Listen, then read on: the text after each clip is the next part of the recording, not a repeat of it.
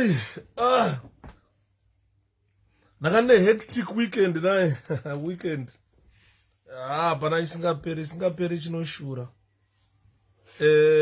I need to do a quick presentation as requested. Nadati ragainborara. Saka ndaishikotsira ndakagara. But some people came and said, look, Shepherd, today a quick presentation. Saka ndoya maona yandauya nayo kuti mbokurukura zvishomanini. Presentation yatoda kuti kurukura nezvayo panapa ndiye mazano PF. Taita dambudziko rekuti tiri munyika 1. Ladies and gentlemen, gainibogadzira bhere.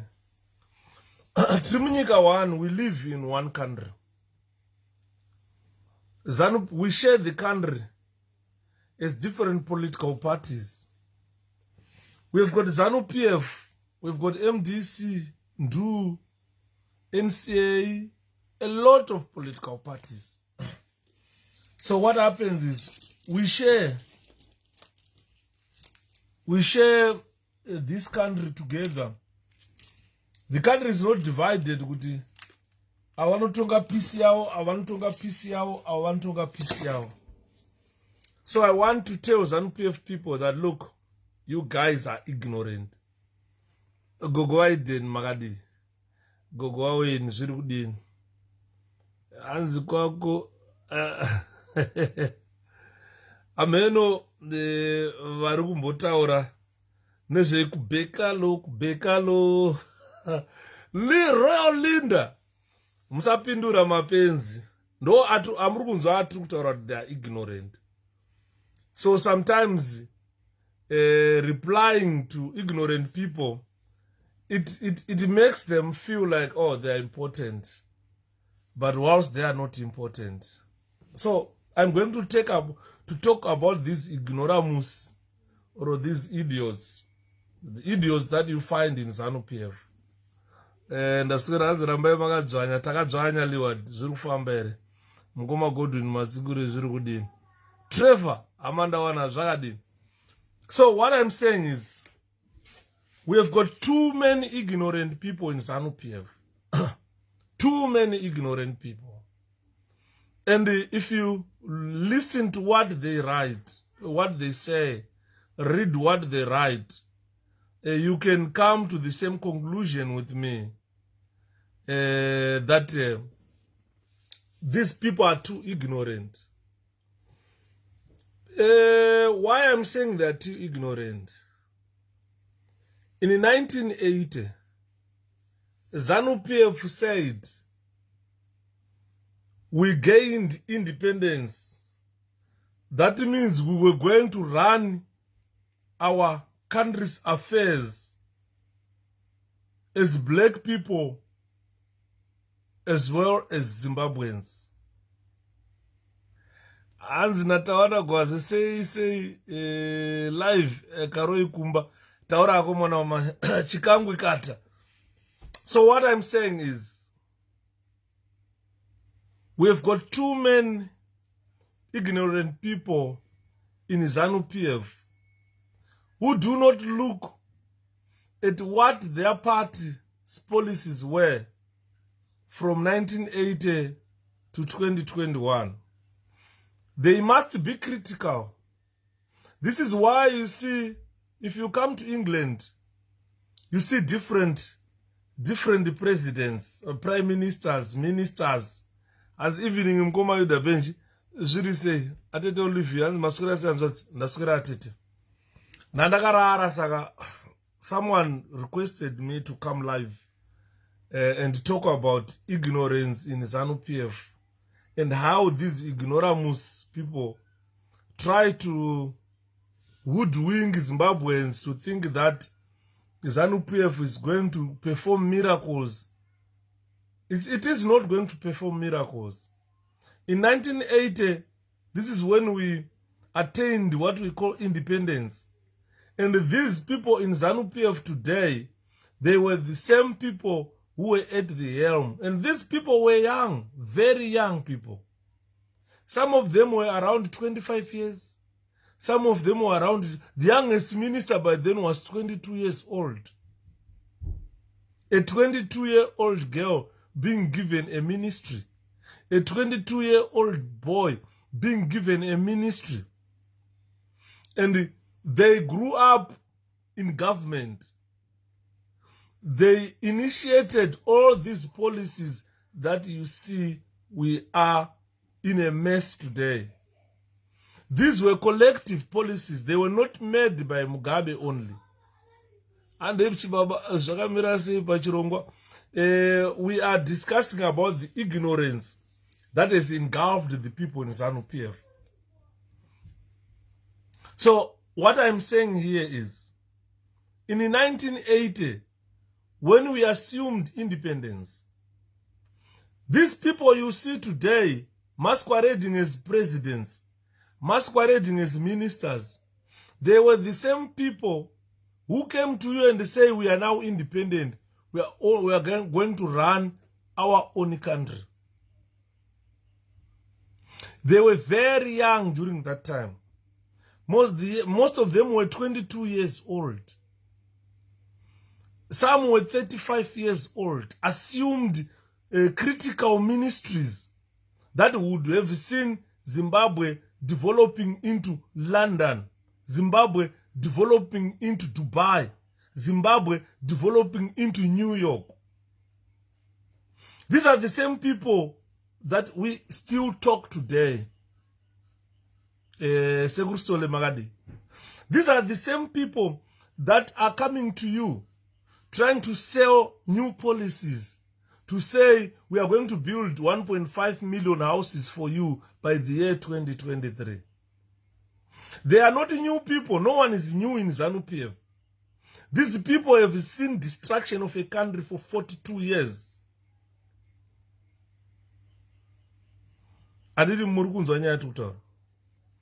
These people have seen destruction of our country for 42 years. All of you are eyewitnesses to the destruction of Zimbabwe.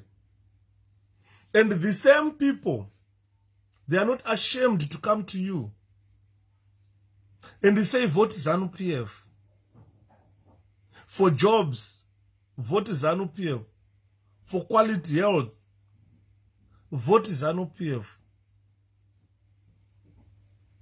For electricity. These people were there for the past 42 years. These people were in government. These people were holding crucial positions in the government.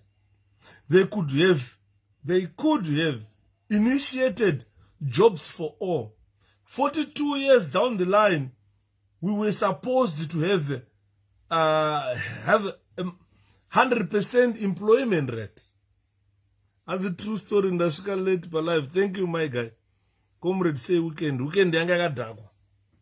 So Murgona, what we are saying here, after 42 years of independence, we shouldn't be complaining about living standards.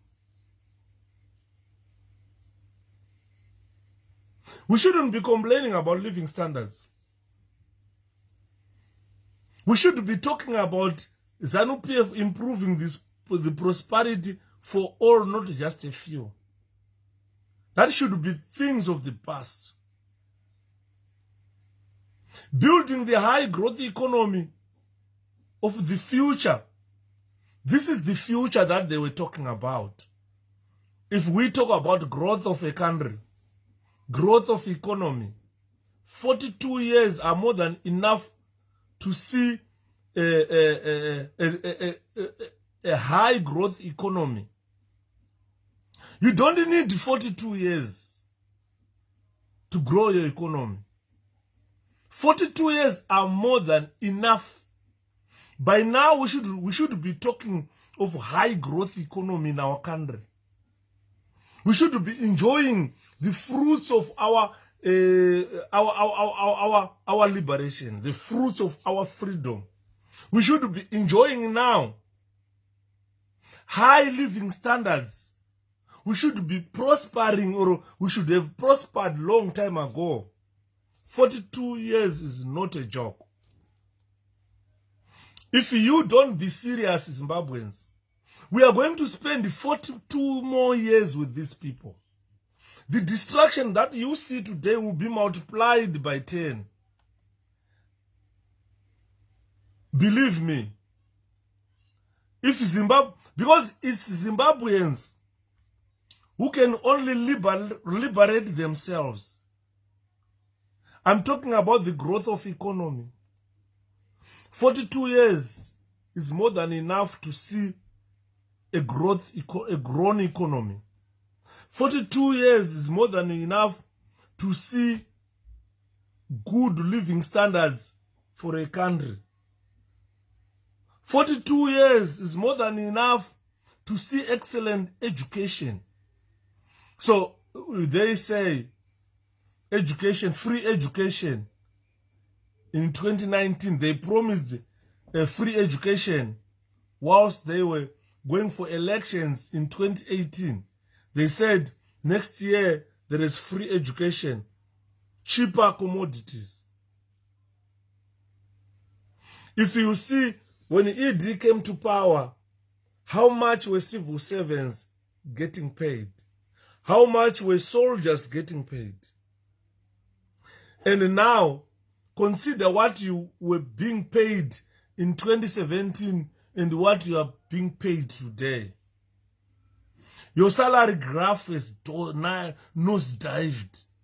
That means you are earning less than you were earning in 2017 before these thieves came into power. They came with the promises that there were too many corrupt people around the president. So president was surrounded by thieves. President was surrounded by unwanted elements in the country. Little known that these thieves were trying to break into the circles of a president and steal, but they were not given opportunity. So this is why you see why Mugabe was sidelining these people. This is why you see today why Mugabe was shouting at these people. Because she knew that these people are thieves. Anzi mkomana anonzi passion Java chaizo chari kuda kuita na ED na mkoma. He is one of the most ignorant people I am talking about. If we look at the likes of Passion Java, these are the ignorant people we talk about on daily basis. We try to highlight such issues to Zimbabweans to say, look, this is one of the ignorant people we talk about. Atete Brenda, she say, ndakasimba mwana wamai. So when we talk about economic growth, when we talk about living standards, when we talk about excellent education, and then we look back at the likes of Java, the likes of Mnangagwa, you know, these are political clowns. These are people who are never serious about the lives of Zimbabweans. If these people were serious about the people's lives, by today we should be seeing a prosperous country. But it's a country where a few thieves have surrounded Mnangagwa and they make sure they grab opportunities to smuggle gold, smuggle diamonds, make a killing at the expense of poverty-stricken Zimbabweans. So if you look today, not every child is in school. And there is no chance that all these children will fulfill their potential. The government promised education for all next year. And the next year came. They even pretend as if they are not the people who promised the Zimbabweans that if you vote for us, next year we'll give you free education. Today they pretend as if they are people that they never said we are going to have cheaper commodities in our country. Today, if you talk to an ignorant ZANU-PF person, he will pretend as if they are not the people who promised that by June next year, meaning 2019, CSC Masvingo will be fully operational, employing 6,000 people.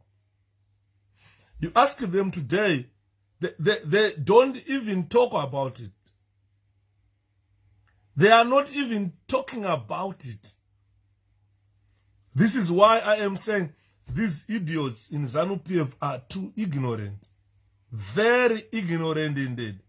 And you see someone akapfeka chizambia chakanzi Mnangagwa achitamba achimba patati patati.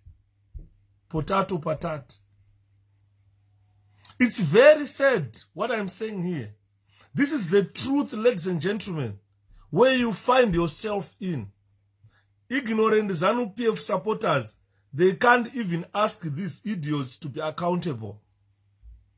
Ask them that 2018, you said free education next year. Then the next year came and it passed. Your children are being chucked away from school for non-payment of school fees. Teachers are not there anymore. They teach once a week.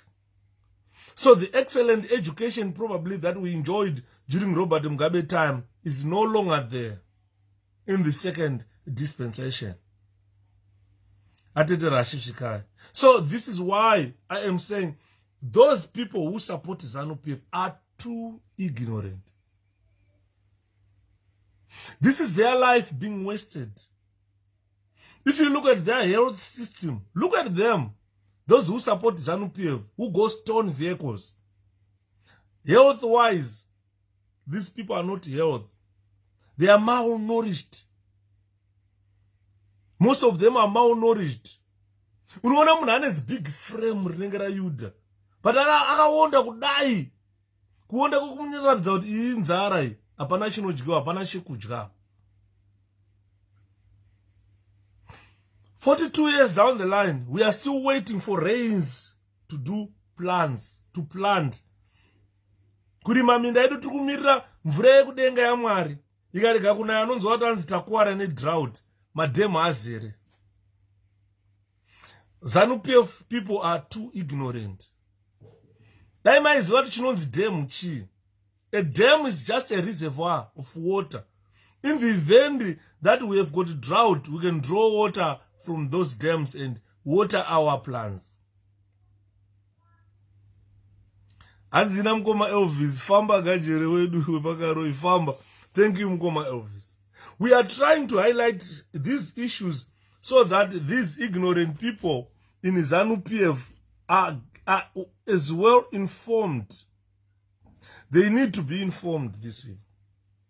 That if you look at all these dams, they are built to gather water, so that water does not just flow away. As Ngomana is Nelson Kaunz, as not only ignorant but bootlickers. Yeah, they bum leak these people. It's so pathetic. They can't take individuals to account for the promises that they made. Adede Bella, how are you?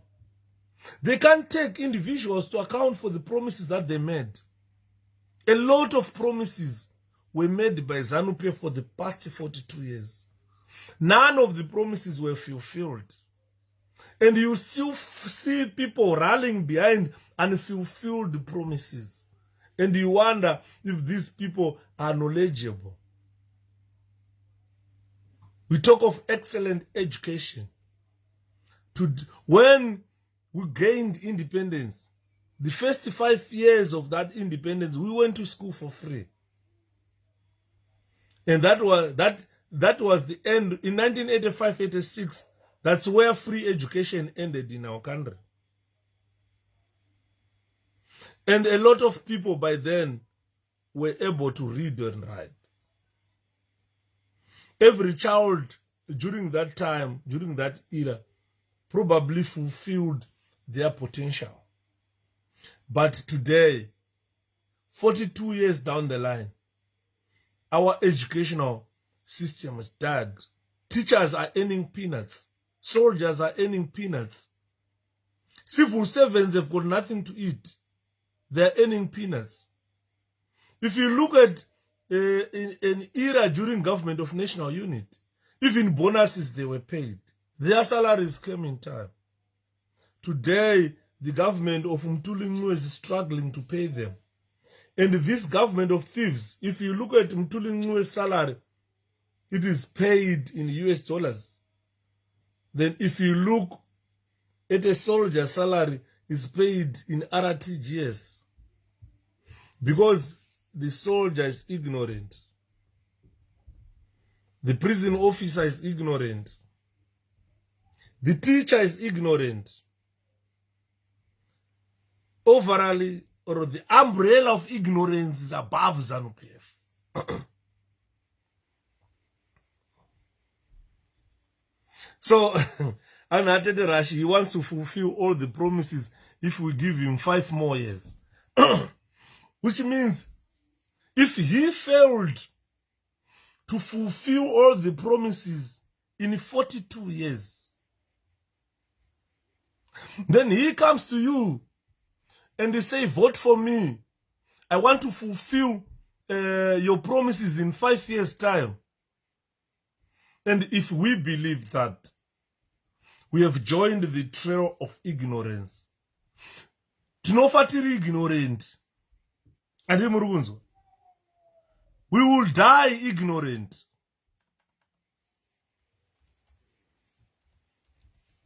Tinofatakadaro tisina zvataita senyika. The most dangerous thing is lack of knowledge. That is the most dangerous thing. Because there are differences between educated and learned. We can read books and get educated. But if we don't learn, that education comes to naught. Because we can read the theories and read the theories. We can attain degrees and attain degrees. But if we don't learn, then there's nothing that we are doing. We are wasting our resources, wasting our knowledge. Because to be educated is not to be learned.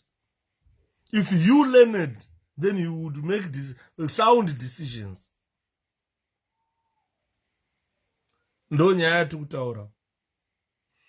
As you see, we have got a government that is full of angry people.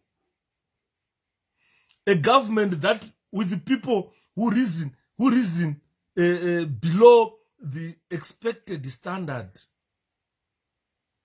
And those people are quick-tempered, short-tempered. What they simply do is they react with impulses.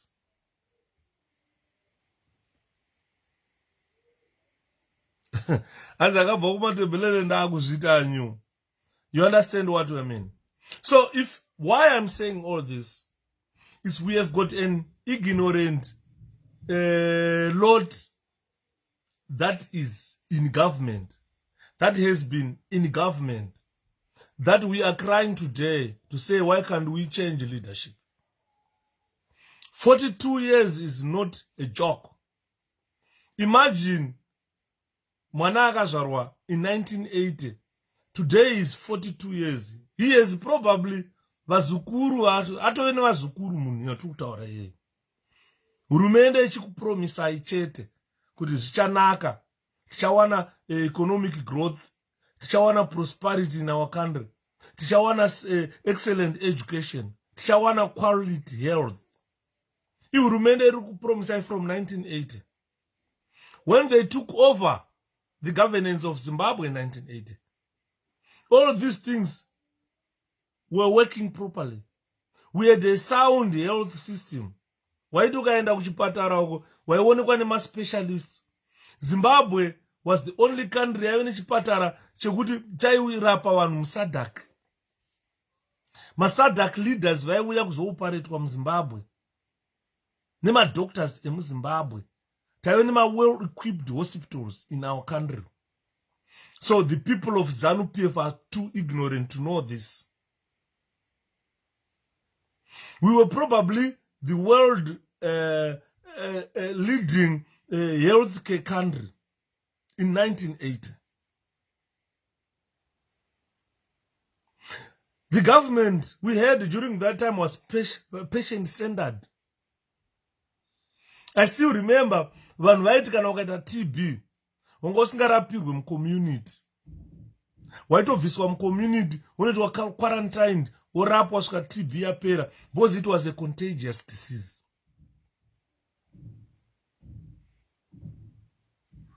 Zvakapera zvese izvozvo, because our country is under bastards. We have bastardized our country.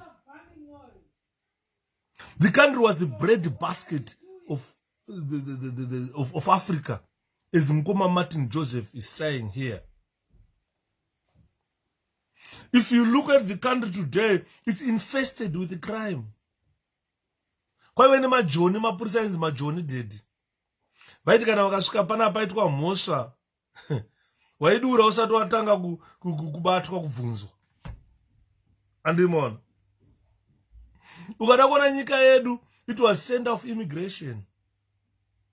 Zimbabwe was a country employing immigrants from other countries. But today, we are scattered around the world as refugees. Imagine kuti muZimbabwe unomuona ku Afghanistan. Inyika one yekuti I never thought you would find a Zimbabwean there. You will find a Zimbabwean are a terrorist. Achitonzi is part of the Talibans. Achitakura pfuti kuenda kunouraya vanhu ku Afghanistan. Things that we never thought Zimbabweans would generate to such levels. It is because of these ignorant people who are still pushing failed politicians in government. It is because of these ignorant individuals who still shove failed politicians down our throats. People who will never make any changes to countries' status. Ladies and gentlemen, if you look at the families today, my families are people, they can't afford to look at their older people. Munomboziva kuti tichikura isusu kwaive netsumo yanzi chirere mangwana chichazokuchengetawo. Vabereki vedu pavaitiendesa kuzvikoro vaitosarudza kuti kana vari vana vasikana ngavambomira tiendese vakomana kuti tizochengetwa mangwana. Hanzi yes ku 𝗵𝗵𝘂 Hospital neku 𝗵𝗵𝘂 Clinic muHarare. Yes. So contagious diseases were contained in those hospitals like 𝗵𝗵, like Wilkins, Vanakumakumbe Hospital. This was to avoid spread of diseases. But with this dilapidated or collapsed health system created by ignorant ZANU-PF idiots, there is nowhere Zimbabwe is going. And those people, they still come and force themselves onto you to say, I am your president, I am your minister. And these foolish idiots in ZANU-PF continue to cast and rally behind them. Unoona zimai richizunza mazakwatira richitamba kongonya. Ukatoritarisa unoona zimai harinyari here. Unotaka kufunga kuti zimai iri rine pfungwa here. Kutoenda kunozunza mazakwatira pamberi pedu kutotamba kuzunza, kutamba kumazunza ngachadona. And employers were so desperate to get, yes, Mngoma Inesi, that's very true. You could be picked from the streets and get employed. That was very, very true. Ndakaudzwa nemwe mublazi wangu mwandakasangana naye kuprison. Aitaura zvikanzono zvati Grey Maria yekuprison yaenda pambare paipa yosvika yorivhesa yovhura door. Hanzi majeregadi odaidzira tine recruitment kuprison. Vari kudawo basa rekuita magadheri handei. Hanzi hakuna kana vaibva ipapo pamwe nevanhu 10 chete. Macompanies aichema kuenda. Ndosaka wakaona vakavhura maborders. Vanhu vekuMalawi uyai mushande. Vanhu vekuZambia uyai mushande. Vanhu vekuMozambique uyai mushande. Mabasa, they were planned in our country. But today, we have got 99.98% unemployed people in our country. Probably the rest of the country is unemployed. When we are employed, they are the only people working in the government as soldiers who are earning peanuts. It's not easy to become a soldier. Like what I explained yesterday. That for you to become a soldier, you have to go through a lot of trainings. You don't deserve to earn those peanuts. Hakuna msoja anofana kupuwa mari yokuti haikwanise kutenga boots. Hakuna msoja anofana kurara nenzara. Masoja ataiziva isusu vaiti achingobva kubasa anenge ari mukandini achihurova achihutsvuku. Ndeti kwaya nebhodhi lines utsvuku reblack label. Nawaiti ukadzikisa so nematonhorero anenge ichita aivaveka black label. Unenge uchinzwa kudzika so unotoinzwa ichidzika so ichienda ichitonhorera ichema musodzi. Takambori-shapira here. Haiti kangobva kubasa chete tatopinda mukandini. Unozwa black label ichidzika, unozwa unodaira richidzika so kuti karova mairi matatu se black label unozwa kuti pana masamba asiyana. Ndakuguta. Unozati haiti kana taguta ukaenda paHarare remand pa Central Prison pipe. Pane kabhawa kedu karipo kaya. Support, kuTomlinson kwakusingazari ngebhawa redu isusu. Vaitobva kuTomlinson vachibva kuMorris kweya mapurisa magajeri nemasoja paKGS vachiva vachisangana pakabhawa kedu kaya. Bosi paiuya vasikana vaibva unana Mufakose, Mabvuku, Mage, vasikana veyo munonzwa vasikana vemuHarare. Ndopataivaonera ipapo. Saka waiti ukarova maviri matatu black label yadzika yai baba panze pachigochwa fa. Waibva watanga kuona muono wako wega unenge wakutsvaga vane mazakwatira akati wakutenderera mbhawa meme. Andiriona. Ende vasikana vacho vaitozviziva kuti tikaenda kubhawa rekuCentral Prison kweyo hatombodzoki tisina kana chatakabata. Sezanoenda akakutakura kuenda newe kuMufakose. Andiriona. Pakaipa ndopa ndakambotaura rimwe gore. Nyaya arigaindirege kuitaura because andurwasa vanhu, ndingarwasa vanhu panapa. Regai titaure tiende mberi. Kuti vakuru vedu vaiti chirere ichi mangwana chichazokurerawo. That's very true. They are very ignorant. Nkoma Daniel, people who protect the country must be respected and paid more. Definitely. Inini, what I need to see a happy army. These people do not understand how important our soldiers are. They must be well clothed. Vanrume vaya. Kana njombo hafana utenga njombo kuti anzitenga njombo yekuendesa kubasa. Those people are very important to our country. People would acknowledge their importance. Kana pamboridzwa pfuto onzwa kuti panapa dzarira panapa tikupfurwa. You will know how important those soldiers are in our country. Saka tirikuchemera kuhurumende iripo yeZANU-PF kuti 42 years down the line, with all the things that you should have done for the country, why can't you pay a living wage to the uniformed forces? Atete Flora, they protect us from invasion. The unfortunate thing is because they are underpaid, they don't get anything. They think protecting ZANU-PF would probably earn them something. But now the soldiers have realized. And murikona zvakaitika ku 2 brigade. kwekuti masoja akati apedza kuadreswa ndobva vadaidzira pane rine mubvunzo here.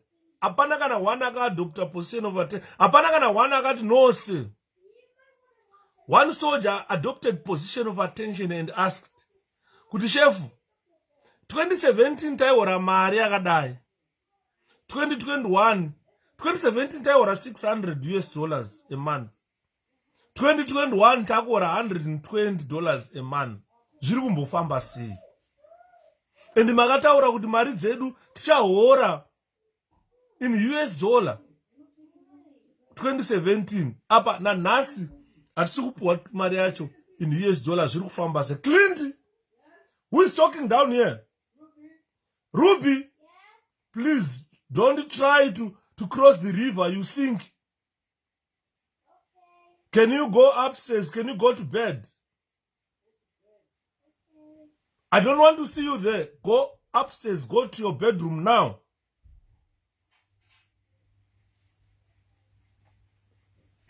She will sink. I need him on. So what I'm saying here, ladies and gentlemen, is 42 years down the line, we still have struggling communities. 99.9% of Zimbabweans are struggling. Zimbabwe failed to create communities they failed to create a happy community, because Zimbabwe is one community where people are supposed to enjoy their lives. And Imruona, this was only gonna be possible if ZANU-PF had done what we call democratic reforms. ZANU-PF itself needed to reform. You cannot let a leader go for 42 years leading you whilst the country is being destroyed. ZANU-PF needed a new political system. They needed to renew their democracy. When I'm saying they needed to renew their democracy, I mean ZANU-PF should have rebuilt trust within themselves. This is where ZANU-PF differ from MDC. MDC, we renew trust in ourselves. We choose the leader that we know can take us to Canaan. Ndosaka muri kuona ndogara nchitaurira vanhu. Let's finish this trip of 2 brigade. Thank you. Saka hanzi pa 2 brigade paya. Musoja akabvarwa cha. Akabva dai ruoko rwake zvikanzi taura. Kanzi chef, makati muchati bhadhara in foreign currency. Trupo RTGS until now. From 2017. Makati maredu ichava iri in US dollars. 2017 yo taiora $600 a month. Tikatenga motikari tikatenga zvi. Now takuora $123. We can't even afford to buy 2 by 5 liter cooking oil. Hanzi machef akabva ati everybody cha, instead of them answering that question, the generals shouted an order to say every soldier cha about quick march, advance by order. Vachibva vanopinda muchi motikari zvikanzi ngavatoenda kuinyanga for retraining. Now they're talking of salary increment. Soldiers, as we speak, vafana vari pachitigu kuinyanga. That should not be the case. Generals must present zvichemo zvevanhu kugovernment. Kuti tauya pano varume, ndisu tine mauto toswera mufield navo. Vana vari kuchema havana chavanacho. Tadii tavapawo a living wage. But if you see a minister getting $27,000 a month, then you pay a soldier $123 a month. honestly, what are you trying to show to these people? Instead of answering zvichemo zvevana, the generals, they send those kids for punishment. Today, as we speak, these soldiers from 2 Brigade are in Nyanga for retraining. And in Murugona. So this is where I am coming to you, ladies and gentlemen, today. To say we have got another election to fight. As our troops have bravely stated it, that they need to be paid a living wage. These troops, they are the ones that fight to defend the safety of the Zimbabwe people. They fight to defend the security of the Zimbabwe people. They bring great pride and credit to our country. So we should honor, or the government should honor them with a living wage. They must not punish them, but they must honor them with a living wage. At the same time, ladies and gentlemen, the country has been rocked by by many crises of governance. Zimbabwe has been rocked by many crises of government. And those crises cannot be solved by punishing our soldiers for demanding a living wage. The political crisis that has been created by ZANU-PF for 42 years has caused or undermined the dignity of Zimbabweans in general. And the people of Zimbabwe have lost trust in ZANU-PF. This is the reason why panofamba Chamisa pese anounganirwa nevanhu, because people have lost trust in ZANU-PF. Panofamba Mnangagwa panotinwa vanhu neyouth yeZANU-PF kuenda kunoona Mnangagwa. Panofamba Chamisa vanhu vanokoromoka vega pasina ari kuya kuzopuhwa chinhu kuya kuzoona Chamisa. Hans Yuda confirm Minister Salad. Yeah, Mtulingwe is argunzane $27,000 a month. Hans Yamagona Adina, yeah, Asmara TJS $30,000 a month. Iusa. So there is need for change of government. If you see trust between politicians and the general public in our country has been eroded with political violence. People do not feel free to hang around ZANU-PF politicians because you saw a video where abducted MDC individuals were forced to chant with Anzi, hey, Job Scalawoy, Job Scalawoy.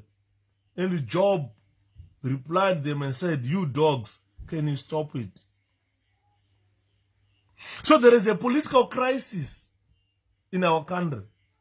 And that political crisis has not been created by the opposition. It was created by 42 years of clinging onto power. When you see that you are failing, when you see that you are losing elections, and you cling by election rigging. When we say we need prosperity of the country, you can't provide it. We need the growth of economy, you can't provide it. We need a health working system and education. You can't provide it. Because you are not the rightful owner of this throne.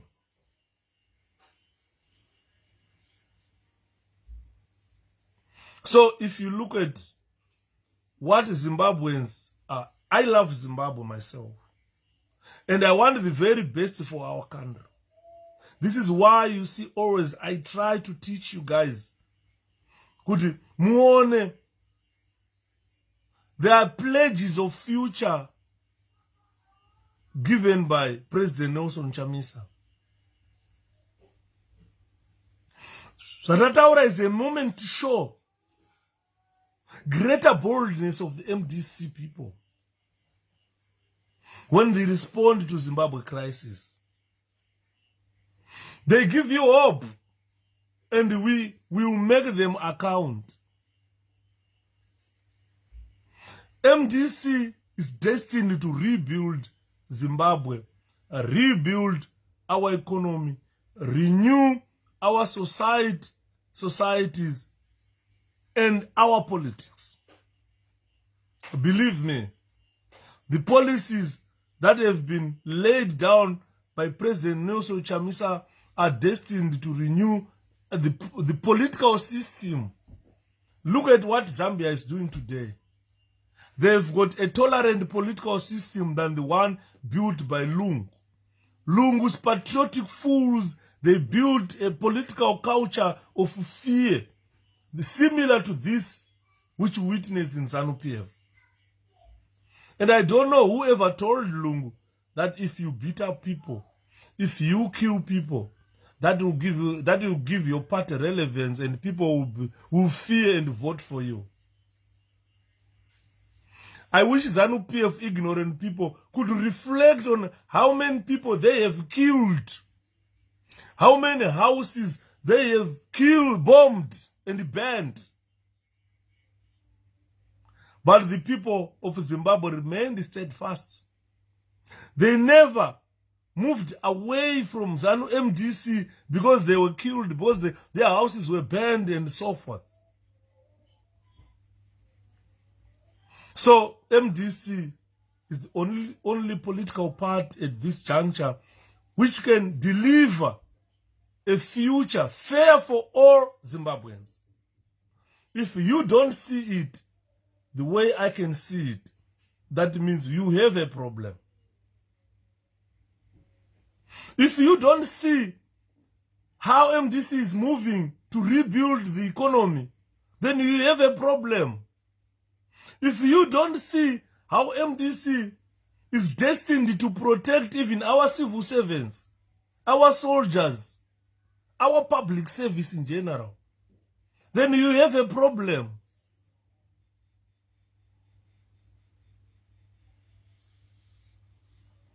And this has been, this has been caused by the trust given to the old men who ruled with the iron fist dictator Robert Mugabe. This is why I am saying, Mukoma Daniel, 42 years of wasted life, where we should have seen renewed values of our country as compared to the British values. Today, every person in Zimbabwe who grew up in Rhodesia is crying kudai Ian Smith aripo, Zimbabwe yatinayo nhasi ngadai Zimbabwe yakaita sei. Because Ian Smith had a few wives to protect, interests to protect, whilst he was standing for the majority as well. Nakaona nachitarisa imba dzakavakwa 6,800 houses which were built in Glenora by Ian Smith. Thank you, Mkoma Daniel. I was looking at houses which were built from 1971 to 1973. Ian Smith built 6,800 houses in Glenora, 4-bedroom houses in Glenora for black people. Although he had his 3,500 wives to protect there in Borodale. But he made sure that the majority are accommodated. Black people at least have locations where they live. And if those business people wanted the source of labor, they can draw their labor from Glenora, Highfields, Kambuzuma, Glenview, everywhere. You understand? But today, if you ask Emmerson Mnangagwa which location they built in the last 42 years, they now have got none. How many houses did they build in the last 42 years? They can't reach 1,000 houses that they built. And if you ask them, what are you planning to do for Zimbabweans? You are now 80 years old. He's telling you that he wants to build 1.5 million houses in the next 5 years. Then already we are in 2021. We've got 2 years left to see the 1.5 million houses promised by ZANU-PF in 2018. Mnangagwa has to win a magic wind, to blow a magic wind, to raise 1.5 million houses by 2023 to show you that this is what I've done. I promised you health for all. So I've provided you this health. Molena, how are you? I promised you jobs. I've created so many jobs. He has got nothing to show, Mnangagwa and his ignorant troops. This is why you see they have activated their, they have assumed their mode of violence, their culture of violence. Because we are asking them, their promises, what did you promise? And how many promises did you fulfill? None. Instead of them coming to you, preaching what they have done for you, they are bringing violence. This is why I'm saying we've got too many ignorant people in ZANU-PF. These people are not just ordinary people, but they are ignorant people. So it is the belief that we have as Zimbabweans, the belief that we need to reform the government. This is why there is MDC now. We are talking of people power. 2023, the idea that President Chamisa brought is an idea of people power. It's not an idea of Chamisa. It's not centered on him as a person. It is centered on people power. President Chamisa said, recognize your power and utilize your power. Converge, come together. Converge means come together as people, because we want to see people power. And where's the flag, Pastor? Zinenge dzakananzviswa dziya mngomadi. Zinenge dzakananzviswa. Ukangonanzviswa, unoona isusu, dai pasina kuti we are hardcore fighters of this struggle. Dai zvataipromiswa kunzi tokupa zvakati, tokunanzvisa, unouya iwewe, tokuendesa kuna president. Zvakawanda. My messages aiuya, my phone calls ndifonerwa. Here you are an asset to 𝗭𝗵𝘂-𝗍𝗵. You need to come back. We go to the president, we sit down, we discuss with the president so that you won't be arrested. Arrested for what? What crime did I commit in Zimbabwe? I never committed a crime in my country. I never committed a crime in my country. If I committed a crime, why did you remove the Robert Mugabe who was stealing the election? I only filmed vote rigging in my country. I never committed any crime. Yekuti ingada Mnangagwa kupindira kuti ayo musamusunge kana auya kuZimbabwe. It doesn't need Mnangagwa. I never committed a crime. I just filmed vote rigging and showed the world that 𝗭𝗵𝘂-𝗍𝗵. And that is not a crime. That is what we call whistleblowing. Could here is a thief. Dai zeke yakatosunga vanhu ipo paya. Muri kuvhotesa vanhu zvisiri pamutemo. Hapana polling station pa prison. Why are you making this? Kana ichinzi postal voting. Handi vote postal voting pamberi pemunhu. Ndoenda in the comfort of my house, ndoisa ex yangu no close ndo senda. Why would my postal ballots ovhurwa pamberi pemunhu achinzi tione pauri kuvhotera? Ladies and gentlemen, I never committed a crime in Zimbabwe. Never in a day. Exposing election rigging. That's not a crime. That is whistleblowing. And anymore. This is why I love my country. If I didn't like my country, if I didn't love my country, then go see Zoba election. I'm one of the people who's proud of his country. So what I need is change. It is change that I advocate here.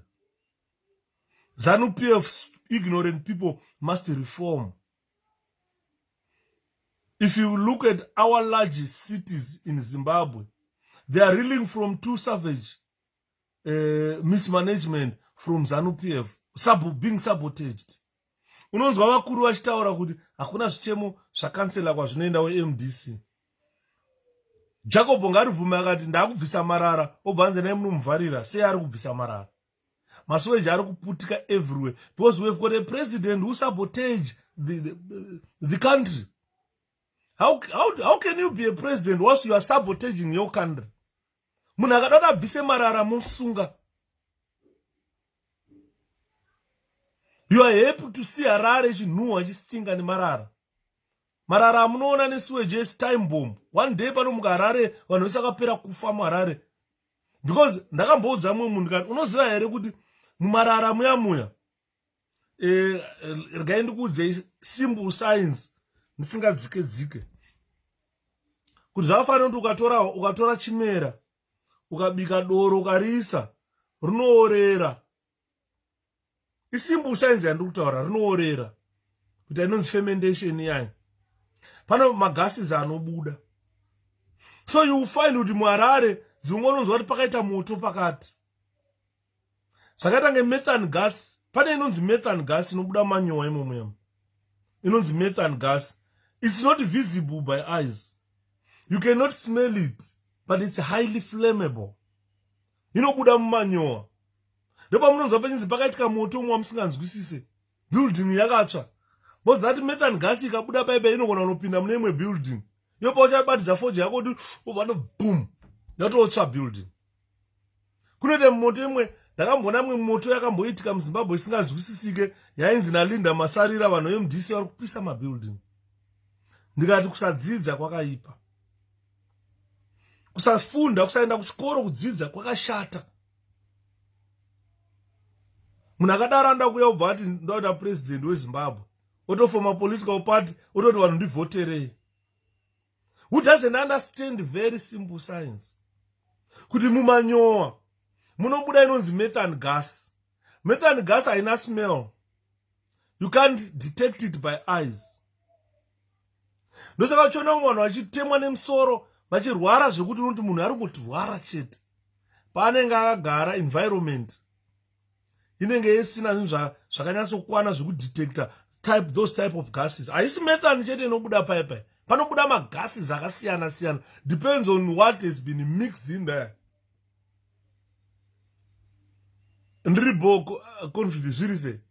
As a result, magases ayo kalaita matches chayo kuda kuti yobhema fodya. Panogona kubata moto, boom. Mabuildings anotsva, motikari dzinotsva. Saka the government of Zimbabwe, environmentally, they are becoming ignorant. We should not allow marara kuungana zvakaita zvazvo. Because you are a president of a country, you are a trained saboteur, you want to sabotage councils whilst putting the lives of the people in danger. Makaona kunonzi kutrade fair.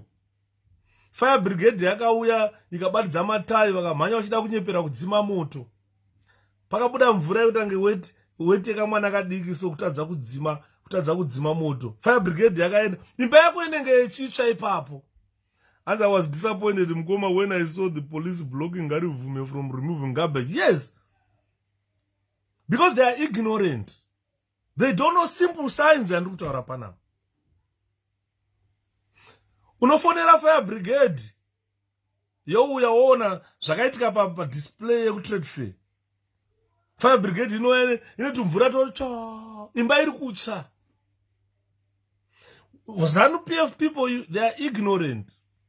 The fire services, when you pay rent in muHarare, part of the money arukubhadhara iwewe goes to the fire services.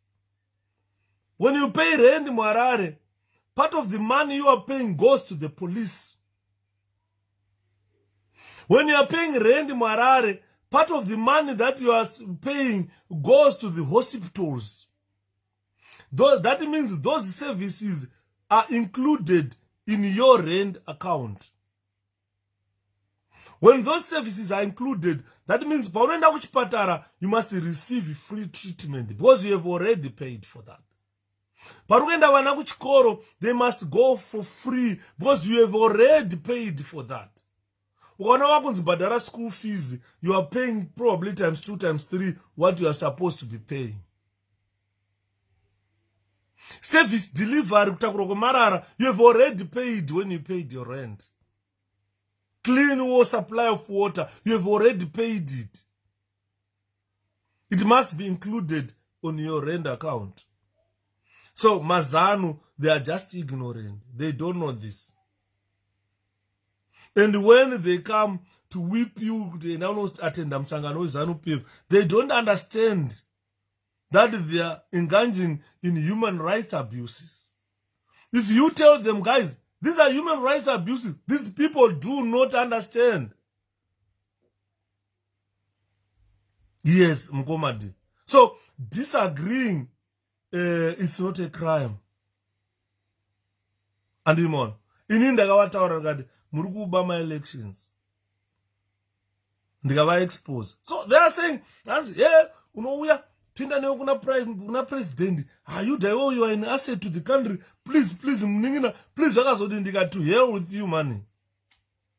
To hell with your ZANU-PF, to hell with your ignorant ZANU-PF. So ZANU-PF ignorant people do not understand even the welfare of our children, the welfare of our women. Our children must not spend time begging my streets, selling madomas, asibasa revana riari. Vana vanofana kuve vachenda kunotamba kumuzverere. Vana vanofana kuve neyadhi dzavanoenda vachinotamba vachiswera vachitamba vachinakirwa vana vadika. Kwete kuti mwana mudiki anoswera ane dhishi remadomasi mangwana achienda kuchikoro. We are depriving our children childhood. We are depriving our children childhood. No vana vanozotinetsa mangwana because vajamba imwe stage yewana. A very good example ndachitaura na someone this afternoon. Anchatauri mazita.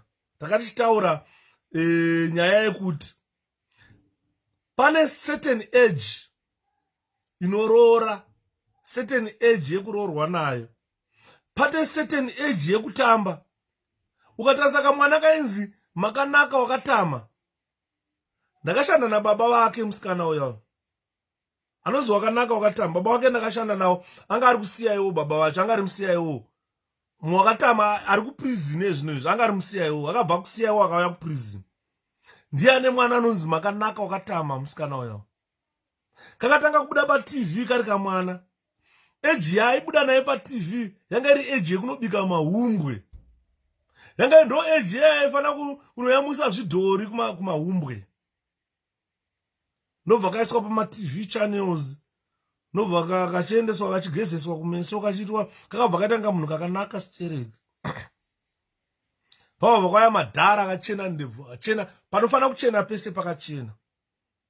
Nobva aenda kunonyenga kamwana kaika, depriving that child of childhood. Takazonzwa kuti wakanaka 13 years mwana atoine nhumbu, kana kuti 14 years, 13, 14 years mwana atoine nhumbu atororwa. Mai vacho vakabuda vachiti it's her choice, amufanirwe kuti azororwa ari mwana mudiki, azoitwa sei ari mwana mudiki. If you talk to wakatama makanaka today, wakanaka makatama, wakatama ameno staracho, ari kuchema kuti andina kutamba huvana hwandaifanirwa kutamba. And kwaakaenda kwacho ikoko akabva asvika marriage yacho didn't work. Apa ane gurususu revana. Andimuriona. Akatorwa ari zera rekutamba mahumbwe. Ndo makore ataitamba mahumbwe akatorwa. Ndichiti ndini baba. Ndaine mushamwari yangu yaifarira kutamba mahumbwe iri imbwa. Achiti kana patinonini baba ndakagara pa yanenge achihukurira vaenzu. Mumwe shamwari yangu anga ari sekuru vangu, mumwe ainzi Isaiah. Dzaifarira kutamba mahumbwe dziri driver wegonyeti. Dzaitogadzira motikari yadzo yewaya dzichitoya dzichirivhesa dzichita sei sekuru vangu iyoyo. Pandakazokura ndakazodziona dzaku dzakudriver yadzo motikari dzakatenga marori. Ndikati mndara ndosaka maida kutamba maumbwe muri driver naye. Hanzi makanaka wakatama. Yes, ukataura nemwana nhasi ari kuchema haana kutamba huwana akapotsa age yemaumbwe. As you grow up unosvika a certain age psychologically where you want to go back kunotamba maumbwe. Ndosaka uchiona vanhu vaya kana vanhu vanonzi vanokurumbidza kuroora kana kuroorwa, paanongoti kure dzimwe nguva akaona mumwe murume anotanga kunzwa kuti uyu murume akamira sei. Andiri kuona mamereji kazhinji iwaya hamire ngozi anenge achida kuexperimenta kuti mumwe murume anoita sei. Iwewo murume unongoida kuexperimenta kuti mumwe mukadzi anoita sei, bhozi makatanga kutorana muri vana vadiki. You never experimented zvinhu izvi muchikura. Saka uchasvika certain stage yekuti unova uda kuexperimenta kuti unonzwa mumwe munhu achiti hanzi ndoda murume murefu mugiant, ndoda murume akazodai, handoda murume ane zviguno zvakadai. Kwakuexperimenta. Unoona murume wachena ndebvu kudai, uri kutsvaka kamukadzi kari slim unokadii. Unonga kutsvaka zimai rine nhingirikiniri rine mazakwatira akadai kuti hanzi ndoda kuona kuti rakaita sei, hanzi nemumwe ndoda nekawesti kakadai. Zvinhu zvaungadai wakamirira usina kumhanyira, nekuti obviously zvaingouya waitozosarudza waunoda unoda kuroora uyu akadai. Andi muri kuona, but tinoita mamistakes atete beti makadi tinoita mamistakes atiri kuita pahurumende yeZANU-PF.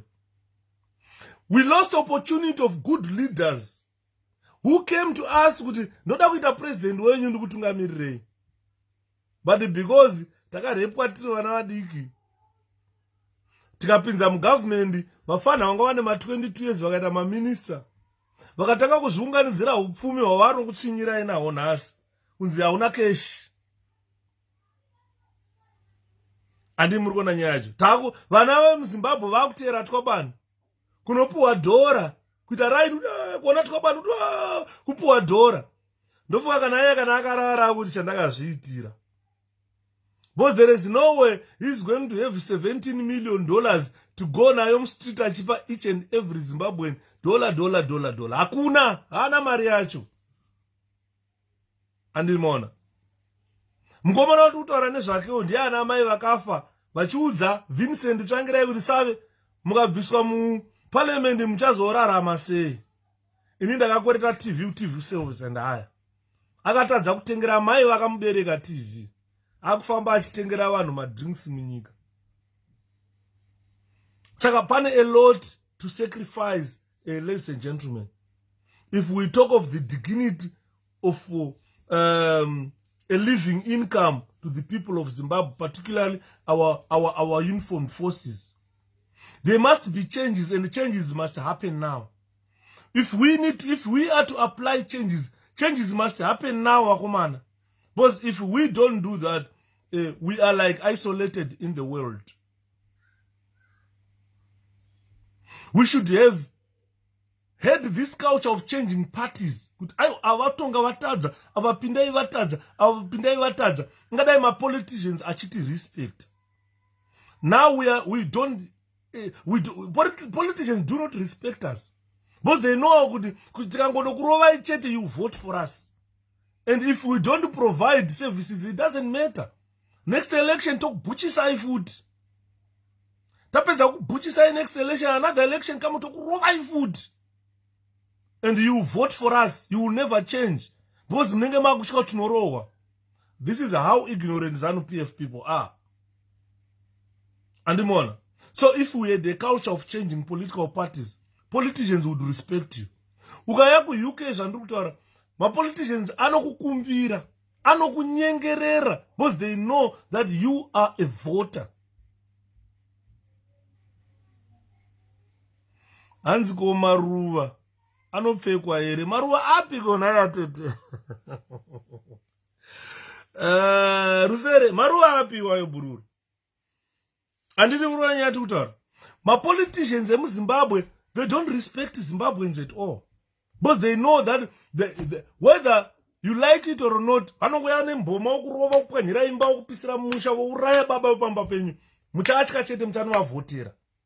so they lack respect of you. That violence we witnessed in the last 2 weeks, that is lack respect of Zimbabweans. A politician should not come with the people to attack you. That is lack of respect.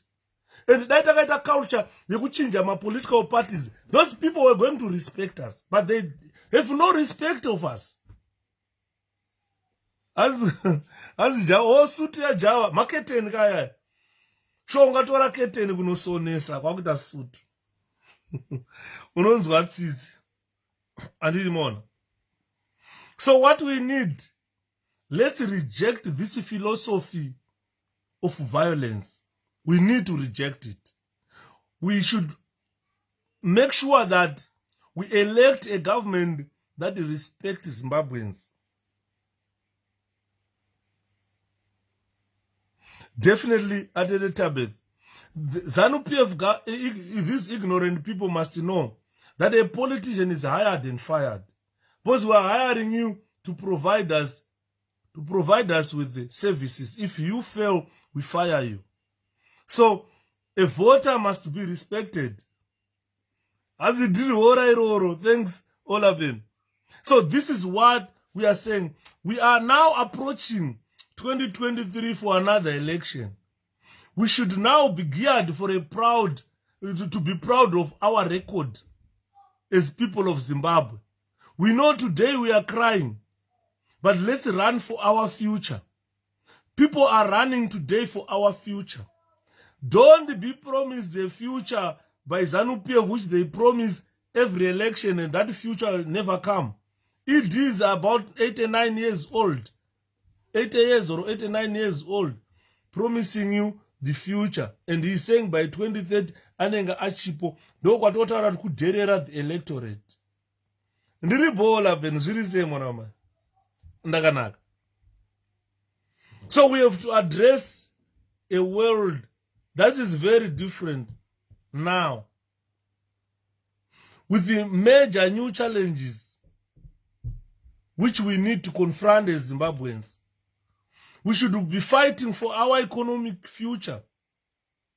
We know the terrain is rough, but as Zimbabweans, we should put up a fierce fight to wrestle the country from ZANU-PF and make sure that we elect competitive politicians, competitive individuals to provide change of governance, to provide dignity to the people of Zimbabwe.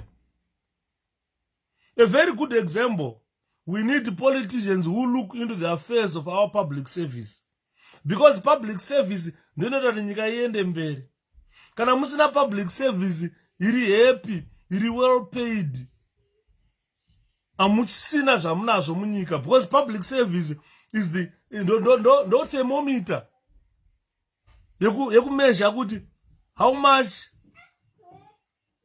must these people earn. Hello, who's that? Clint? Ruby? Who's talking down here? This is 16 to 10, honestly. 16 to 10. Come on, put him in bed and switch off the light.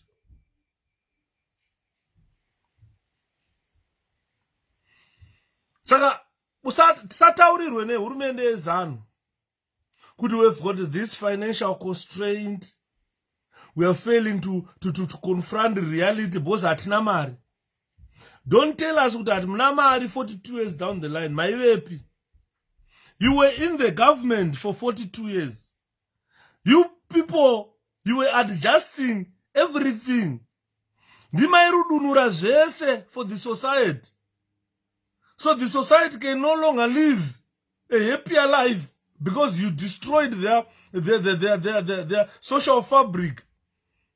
So ZANU-PF will never restore trust in our politics. So we don't need ZANU-PF. We don't need these ignorant people. They are too ignorant.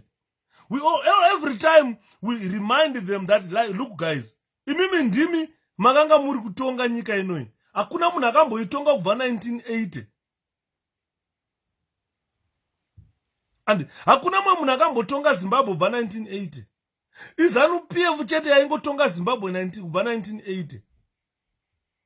Ndo vaiadjusta vachisunga manatsi, vachisunungura manatsi, vachitenesa steering kuenda kwavanoda kuti nyika iende nako. Hapana mumwe munhu akambovabatsira.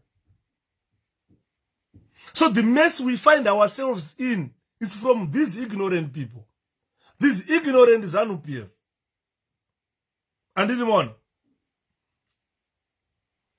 they seized every opportunity to steer the country or control the country to the direction that they want. Today they are crying. Kana vachita havana mari vari kurevei. Where did they put mari yenyika? We ask you ZANU-PF people, where did you put our money?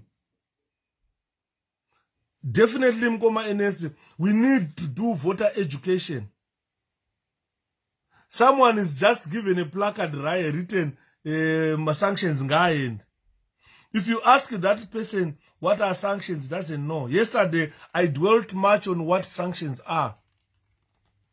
Yesterday's presentation, I think that was probably the best presentation that I've ever made on YouTube.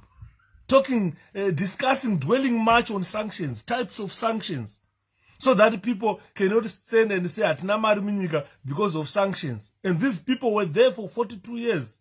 Vachisunga nekusunungura mabhaudhi enyika. Anatete flow. Roy, zviri sei mwana wamai. Anatete flow hands Operation Restore Legacy. When it was only them who have been in power, where did the legacy go? And who is responsible? This is a very good question. When they say, let's restore legacy, let's ask them, where did the legacy go? You were there for 42 years. It's you who set up the legacy that you now need to restore again. That means Zimbabweans have lost trust in you. You cannot keep your legacy that you created. You have got no foundation of free and fair election, a legacy that you created. You can't do like financial reforms, a legacy that you created. You can't even protect our children and women, a legacy that you created. So, ladies and gentlemen, let's be bold.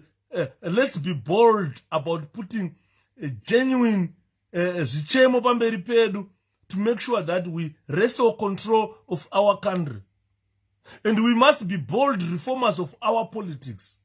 We should not allow ZANU-PF to use you. Don't allow ZANU-PF to use you. Don't be taken as an ignorant fool, as a fool by ZANU-PF. Let's be bold reformers of our politics. Let's seize this opportunity, generational consensus. This is an opportunity to make sure we elect a leader of our choice. Let's take this opportunity to make sure that we put an accountable, a properly accountable parliament. The parliament that we have today is a disabled parliament. Disabled by people who claim you voted them into party structures. And they were appointed into parliament. Whilst in parliament, they have destroyed your hopes. They have destroyed your wishes. You don't need the likes of Douglas Monzora in our politics. Because what he did when he recalled elected members of parliament without consulting the electorate, the legacy of Changira indogara nchikudzai. And they like using big words, just being theatrical for nothing. They are really nothing. And mubvunzai mubvunzei, mari yakaendepi mukoma. Ndo mubvunzo watiri kubvunza. 42 years down the line, you are saying the government does not have money. Mari yakaendepi, hamuna misha yamakavaka. Dzimba dzamakavaka hapana. Madhamu amakavaka hapana. Hatina new buildings muZimbabwe. Akasiyiwa naIan Smith ndo aripo. ukana pane new building pamwe reserve bank chete haingatore mari yese yenyika. Saka tiri kubvunza it 42 years down the line, where did you put our money? Andimona kouya munhu wokuti taelekta parliament yedu yatoziva kuti zvichemo zvedu zvichanosvika kwatoda kuti zvisvike, munhu ouya obvisa parliament yacho kuti vana mbavha varambe vachiba. Ukaona uchisapota Douglas Monzora, you are ignorant. Hanzi vanomupawo matofu akaita sana Jawa Ginimbi tunje kuti zvigonzi kudzidza hakusina basa. They've destroyed education. Whilst loads of money was invested in education, definitely. Kwakavakwa zvikoro kubva 1980 ukati vana tikambodzidzawo mahara. Tikanzi Zimbabwe inyika ine the highest literacy rate. But nhasi unonzi ita cash, kudzidza kuri kunzi hakuna basa. Mwana apedza degree pauniversity ari kutengesa madomasi. Mwana ari kutanga grade 1 akasimudza dishi remadomasi ari kutenderana naro pamusika. Vana havasina childhood. Vana vari kuitwa deprived of their childhood. Vana iva vachatipa maproblems mangwana. Ukabvunza makanaka wakatama anokuudza kuti zvine maproblems mangwana. Mozi mwana akamhanyira stonyeni, mai havana kumbomisa mwana achienda kustonyeni. Mai vacho knew the consequences of rushing into stonyeni. Kuti mwana haana kutamba mahumbwe. Kunyangwa ari mukati memusha achada unotamba mahumbwe. Hakuna murume ari kuroora munhu wokutamba naye mahumbwe. Tikuroora munhu wokubuilda future naye, kwete wokutamba naye mahumbwe. Kuti mwana anotorwa asati atamba mahumbwe. Haatozive kuti kumahumbwe kune vamwe vanoekta nesembo. Ndaine mubhururu vamwe aekta sembo. Nezvipa akapinda basa kuprison, ndakamona akushanda kudog section. Ndikati ndakazomuyeuchidza kati iwe uchiruziva kuti wewe kumahumbwe, tiri kumahumbwe ukaroiku, iwe waifarira kutamba urimbo uchihukura. Ini ndaive ndiri baba kumahumbwe. Ndaive ndiri baba. Andiri mona. Vamwe vaiekta kumahumbwe vari maticha. Vamwe vaiekta kumahumbwe vari madriver. Nasekuru vangu inini vanachitaura vanonzi Isaiah. Dzane marori adzo izvino izvi. Dzaekta dziri driver kumahumbwe. Andiona. Saka chiimagina mwana asina kumbotora identity yekumahumbwe kuti anoekta wari ani upenyu hwake. Obva atongopinda kuita mai vemba. Anongoita mahumbwe ari mumbazve. Ndo dzimba dzamuri kuona dziri kuputsika idzi. Ndo dzimba dzamuri kunzwa dzasi pane audio iri kutenderera. Ndaseka pandanzwa audio iyoyo. Kuti hanzi Goromonzuko mwe mudzidzisi akatanga kuenda out nemukadzi weshamwari yake vachita mavideos, vachita stonyeni vachita mavideos. Saka hanzi dzazogara dzakufunga mukadzi wedzakusendera manje mavideos ari kupinda mufoni yamadhamu vaya, madhamu vaya foni yacho ine murume. Saka murume akutoona video yemukadzi wake neboyfriend. Ende boyfriend yacho iri shamwari yake. Murume hanzi akabva angotora mavideos aya ndokumaseva kufoni kwake ndobva adelete. Ndobva aenda kumushamwari kumukadzi weshamwari yake, ndobva anomuti mai mwana tarisai. Vakati ngatiitewo, woitawo mavideos. Ozosenderawo murume wacho kutarisa uone. Hanzi murume angodikitira akagara asa achingodikitira. Kusvika arwara, aifoti wake mukadzi aureka. Kusvika arwara atoendeswa kuchipatara. Achibuda kuchipatara ndobva azvisungirira. He couldn't even believe kuti wake mukadzi anogonawo kuita video iyoyo. Andidi maona. Saka what you are saying is ngatiregei vatambe mahumbwe. Vanhu vatakaisa mugovernment vane ma22 years vana mai mujuru. Havana kunoita serious nenyika. Vakaenda mugovernment vari vana vadikistere. Vakatanga kutamba mahumbwe havasina kutamba. Bozi vazhinji vacho vakabuda vakaenda kuhondo vazhinji vanga vari ma14 years, ma15 years.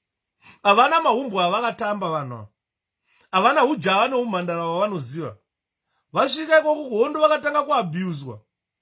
Vana pamuchingura vamuri kuona izvezvo vakuti nhasi varoorwa pano vakunzi Parushezha, mangwana varoorwa pano vakunzi Muchinguri, mangwana aenda varoorwa apa vakunzi Kashiri. Ndo maeffects ezvatiri kutaura kuti havana kutamba ujava neumhandara. Saka vakutamba ujava neumhandara vakuma70 years. Vakuda kuona unonzwa Pamuchingura aita ndoda murume anonzi Kashiri ane dumbu, ane zviguno zvakakora, ane mustache ane ndebvu. Haana kuwana mukana wokusarudza varume vakadaro vari musikana. Andimona. Saka psychologically ukarega kutamba mahumbwe zvinodzoka futi mangwana, because pfungwa dzako dzinenge dziri pari blank pamanda kufiliwa. Saka how are you going to fill that gap is kutodzokera back kunotamba futi mahumbwe. Takatora vanhu vakasina kutamba mahumbwe, vasina kutamba ujana neumhandara, tikavari ma22 years tikavati oi nyika tongai nyika. Vakatanga kuisa mapolicies ekuti nhasi nyika haisina mari, vakaisa mapolicies ekuti nyika nhasi haisina mvura yekunwa, marara haachatakuri munyika. Matauni ese ukafamba ukaenda kumaruwa kwakusina road, nemunhu anachitaura naye angachitaura nyaya dzekumusha kwake, zvikanzi hakusina kana road shepherd. Kwaimboti vanhu vaive voluntary vaiuya vachimbokanda matombo vachifusira nevhu, mvura ikauya zvokukurwa futi. Road dzikadai dzakaiswa tara 1982-83 hadzina, hanzi aive netara dzangosara pembo pokuti unongoona kanenge kamhanza mbichana kuti kakanga kari katara. Saka zvinoratidza that suggests that this road yanga ine tara sometimes. Akusisina 42 years after independence kuzvitonga kuzere. Andi muri kuona. Saka hapana kuzvitonga kuzere kwatakaita from 1980 kusvika nhasi. Takapa vana vasina kutamba mahumbwe nyika kuti vatonge nyika. Ndo chokwadi ichocho.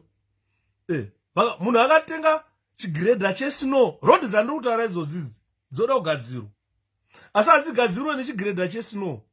Munomu mune zvimarori chaidzo dzine zvimagredha zviya zvinopusha snow kuisa kusaidi kweroad kuti tifambe.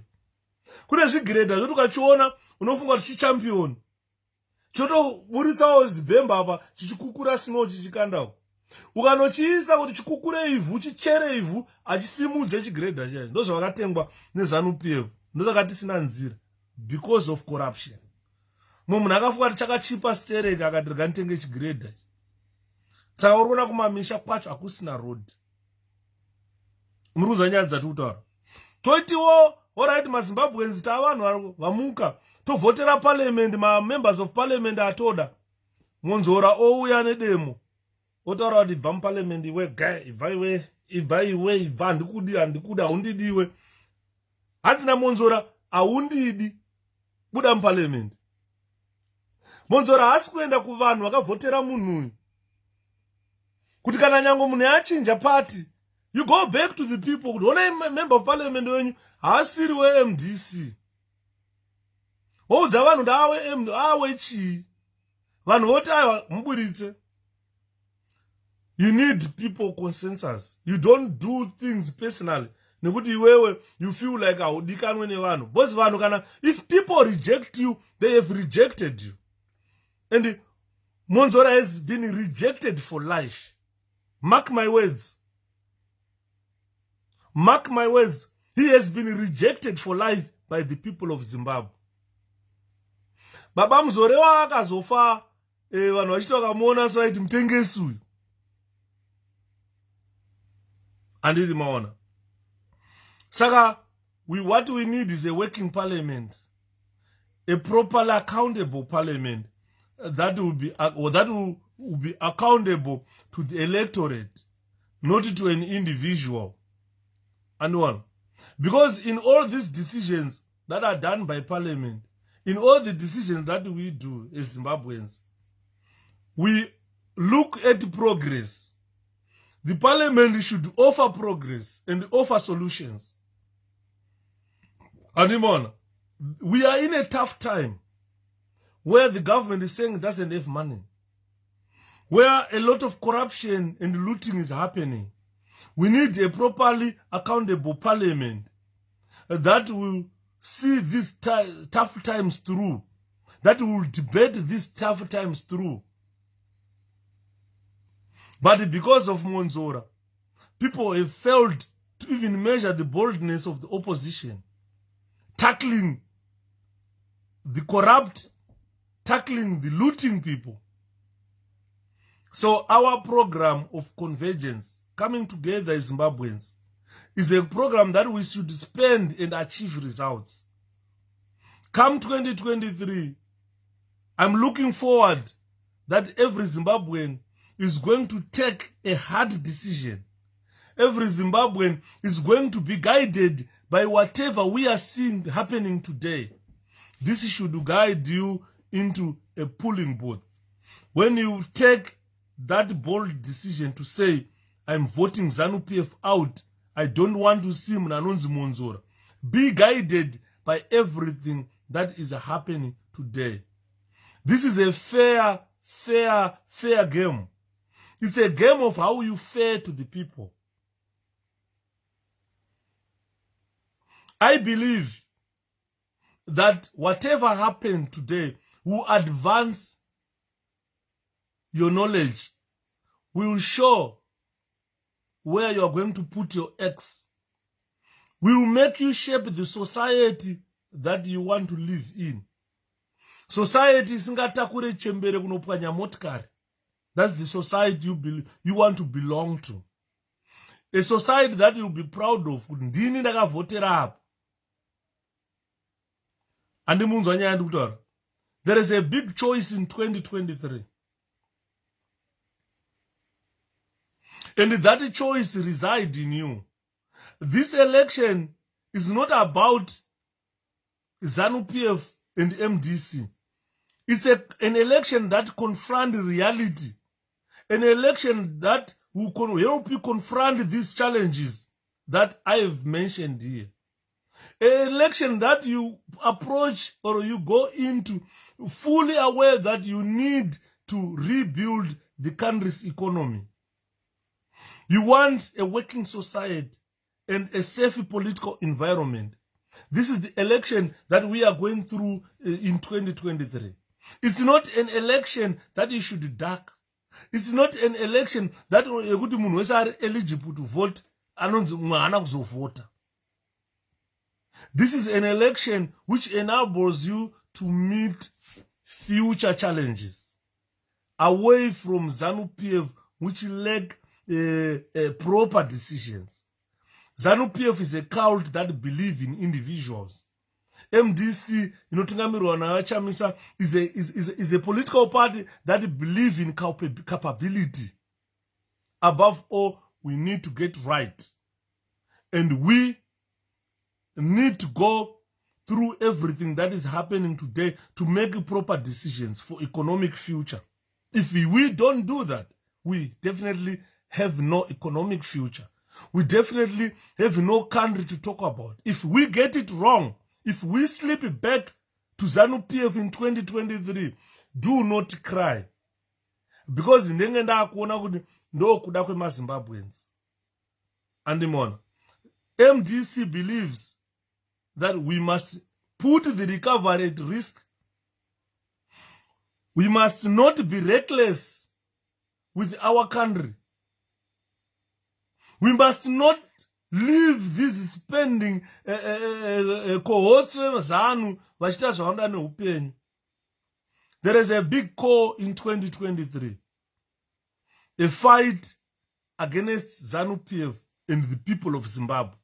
Not a fight against MDC. There is no fight between MDC and ZANU-PF in 2023. But there is a fight between the people of Zimbabwe and the ZANU-PF. So to you, that must work. Unofanira kuti ukashanda mari yaunohora yonokutengera chikafu kwete kuti ukaora mari wonotenga mari. That means we need a working banking system. A banking system that will stabilize our economy. As we see today, our economy, it is really showing lack of cohesion in a ruling political party. And Yuda getting you live from Northwest Province of South Africa. 𝗭𝗍𝗂. Thank you, Diza. You understand, ladies and gentlemen. The question at this election in 2023 is whether people think the choice that they are making is the right choice. No, that mubatisise ipapo. 2023 election is where you should ask yourself that am I making the right choice? Am I making the right decision? And whether use the power of governance to help sustain recovery. your choice will use the power of governance to help sustain recovery of the economy. Ndo paunofanirwa kuzvibvunza.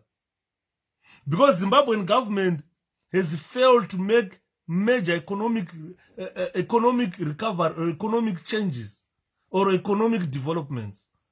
So voting ZANU-PF back into power, it will put the final nail into your economic coffin, into your social coffin, into your political coffin.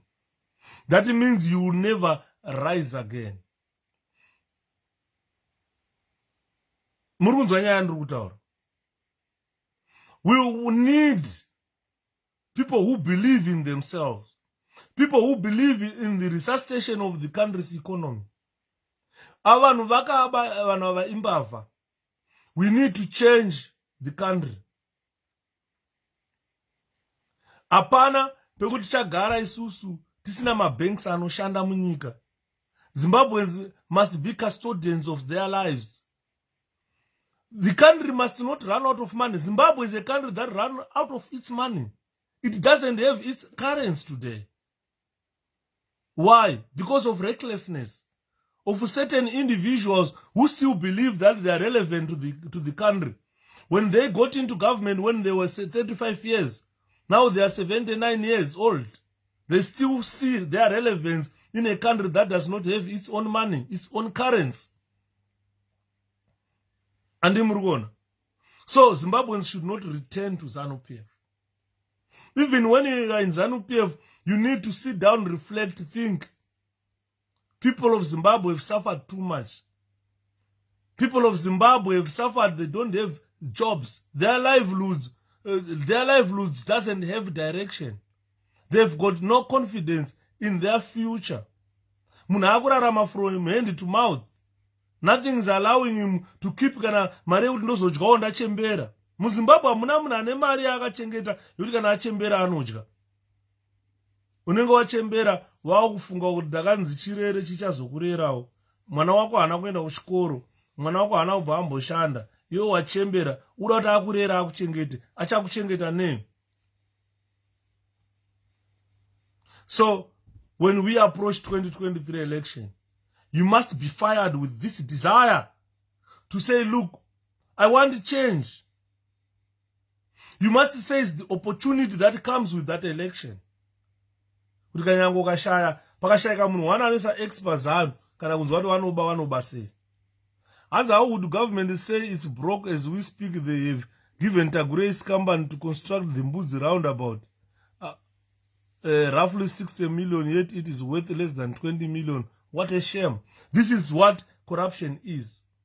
The financial corruption. The country will tell you that we are essentially broke. Whilst they are, this is like extravagance spending. Roundabout I do that. And the money. Saka, let's come, guys. Let's enact this anger we have. Let's make sure it works on us. Let's make sure we support the citizen for 𝗭𝗭𝗪. Let's convene together for future Zimbabwe. If you look at nyika dzakawanda, they want to come and set up some industries in our country.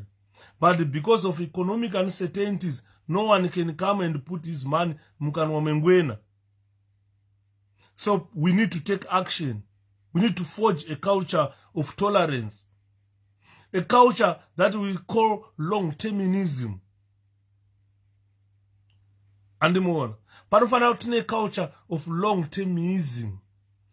We have got a long-term business plan that will see development from 2023 going forward. Our economy is stagnant. And so we need people to do their best. Please, let's be hard workers. Let's be hard workers from today onwards is to taura nehama dzako. Mumwe nemumwe ari muZimbabwe ngaataure nehama dzake.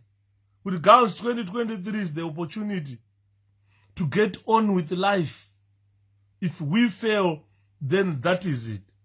So those who can work starting from today onwards for the good of our country needs to talk to these unemployed people, whether they are in ZANU-PF or they are neutrals. Because the political situation at now, a person is neutral. It's either you are supporting the looting, which one at $10 a week, or you are against this looting, where someone is given to construct a roundabout for 60 million, whilst that roundabout costs less than that. Courage is really saying busy. And it's all up to us, ladies and gentlemen, to be fair to our lives. As long as we continue to thrust ZANU-PF back into governance, then we are not doing a fairness to our life. Your life, you are not doing a fairness to it. Your economic growth, you are not being fair to economic growth. You are not being fair to political growth. Your priority of returning ZANU-PF to government, you are not being fair to social growth. That means you have failed in your responsibility. People, they are looking at you. So your fair share of decision will make sure that your children will grow up in a sound economy, in a country where health is for all, free, education free. Kutari mangwana rizokurerawo, boza arikwanisa kuzokurerawo kana risina charakaita mukurarama. Anemurigona. So let's bear this responsibility in us. It's a great responsibility. We've got a burden that we need to offload. ZANU-PF is a burden. ZANU-PF is a burden to the people of Zimbabwe, and the people of Zimbabwe must offload ZANU-PF.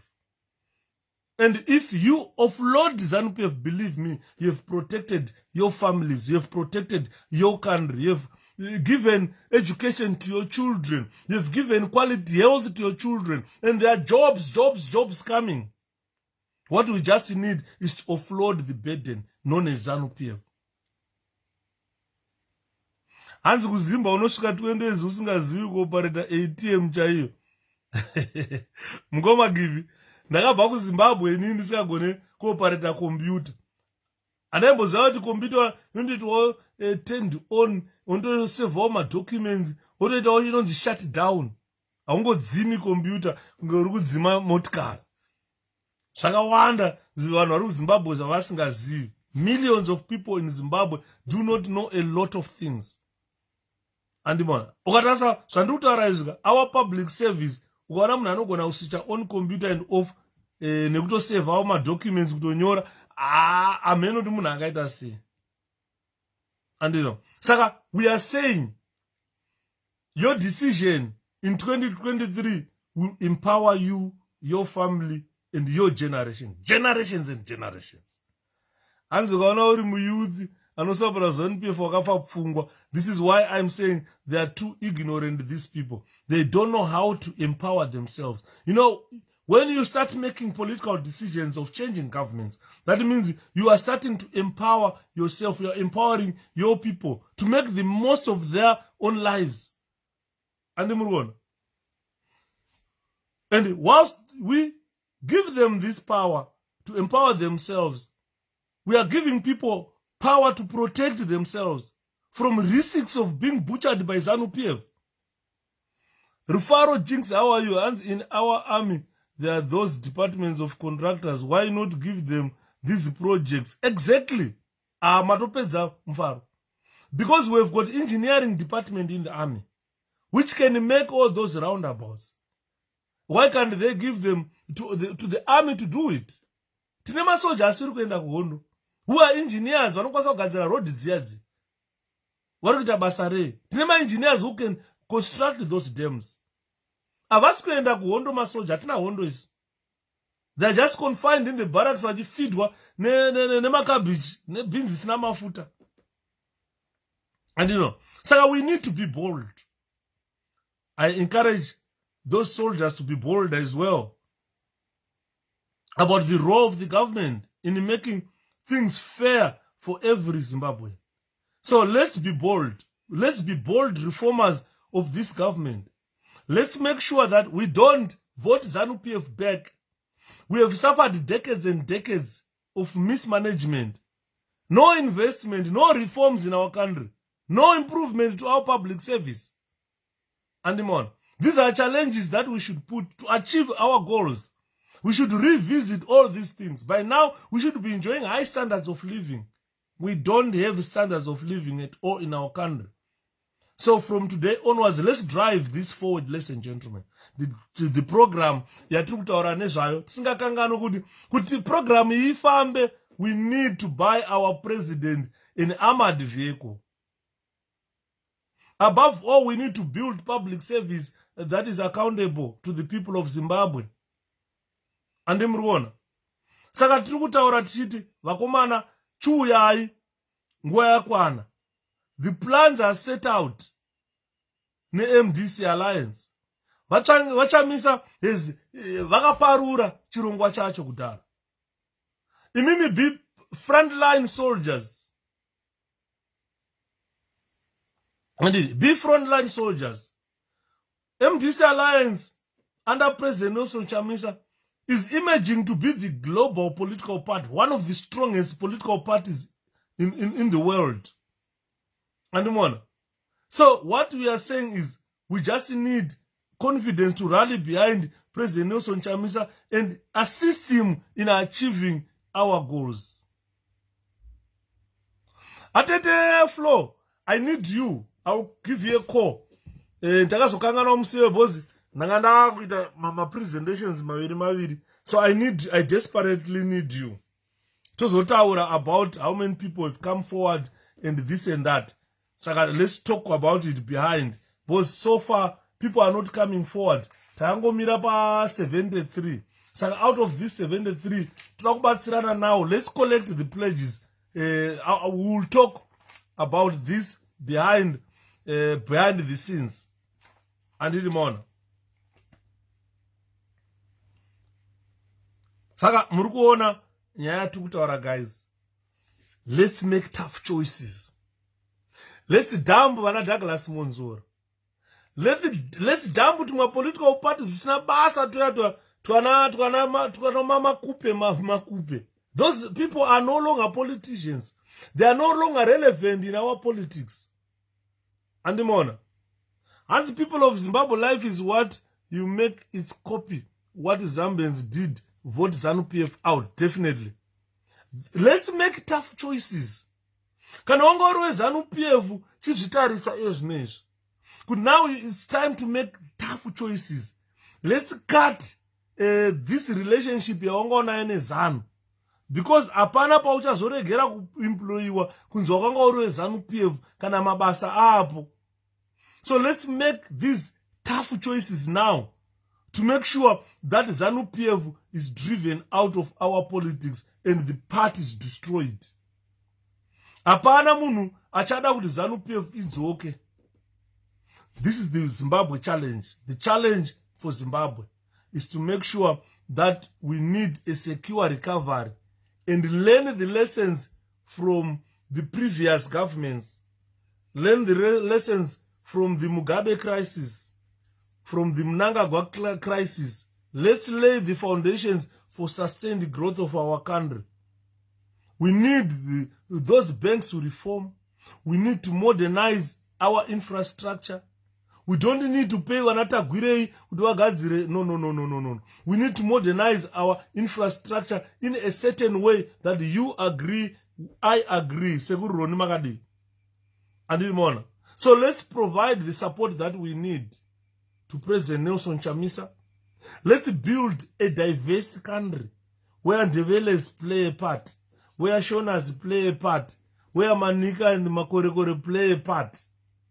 A diverse nation that every person is accepted in the country. And those are stupid and ignorant ZANU-PF people.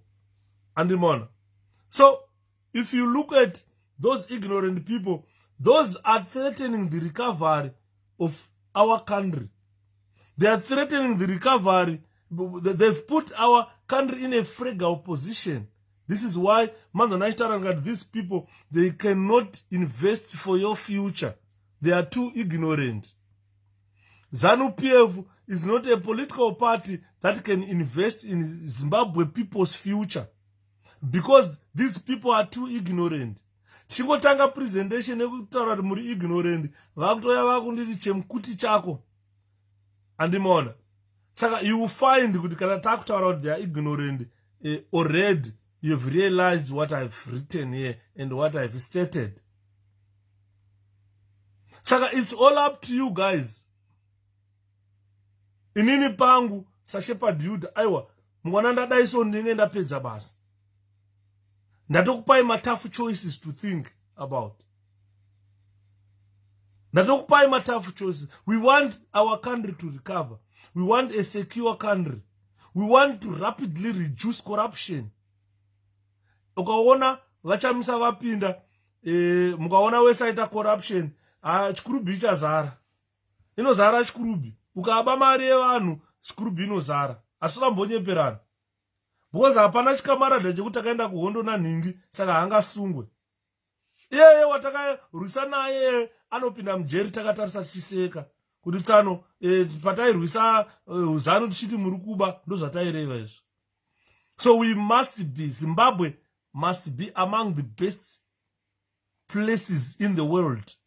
Among the best countries in the world. Zvokuti kada kuti tikaenda kupolitics nonzwa kuti Zimbabwe. Tikada titaure social Zimbabwe. Finance Zimbabwe. We must put our country on the map for a good reason, not like ZANU-PF, which put our country on the map for bad reasons, violence and so forth. So this is our time, ladies and gentlemen, to approach these challenges that we have in a manner that we feel we are going to approach, we are going to attain independence. Zimbabwe, akuna kuti doctor anonzani ndakupa free wifi, saka uya uite operation. Akuna zvakadaro. They must be remunerated in a way that doctor feels like ndoda kunoshanda kuZimbabwe. Andimon.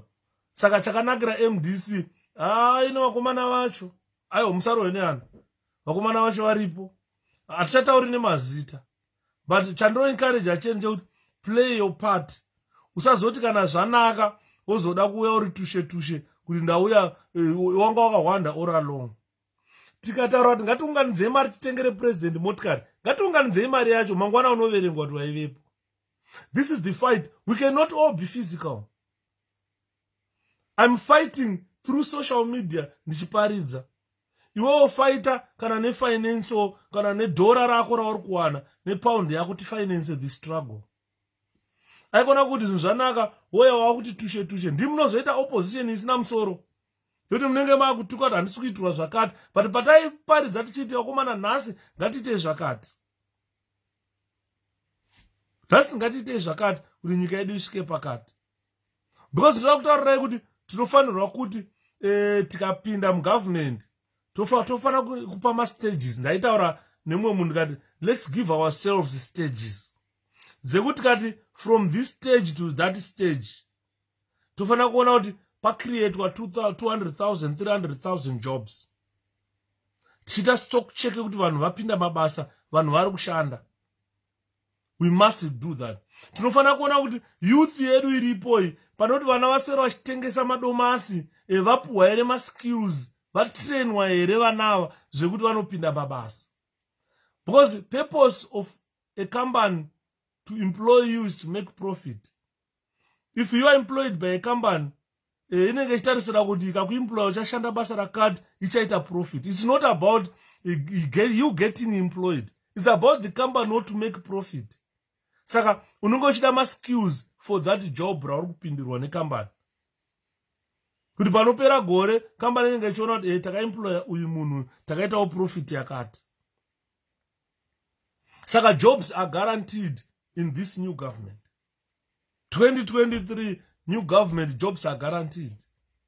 They are not just being promised, but they are guaranteed. Saka manda achitaura kuti kunoitwa mastages ekumeka sure kuti kwaemployiwa vanhu, kwatrainwa vanhu, vanhu vapinda mumacompanies vashanda, production yasimuka. Ndokuti kana wage izoraisawo. ZANU-PF inofanira ikaraisa wage.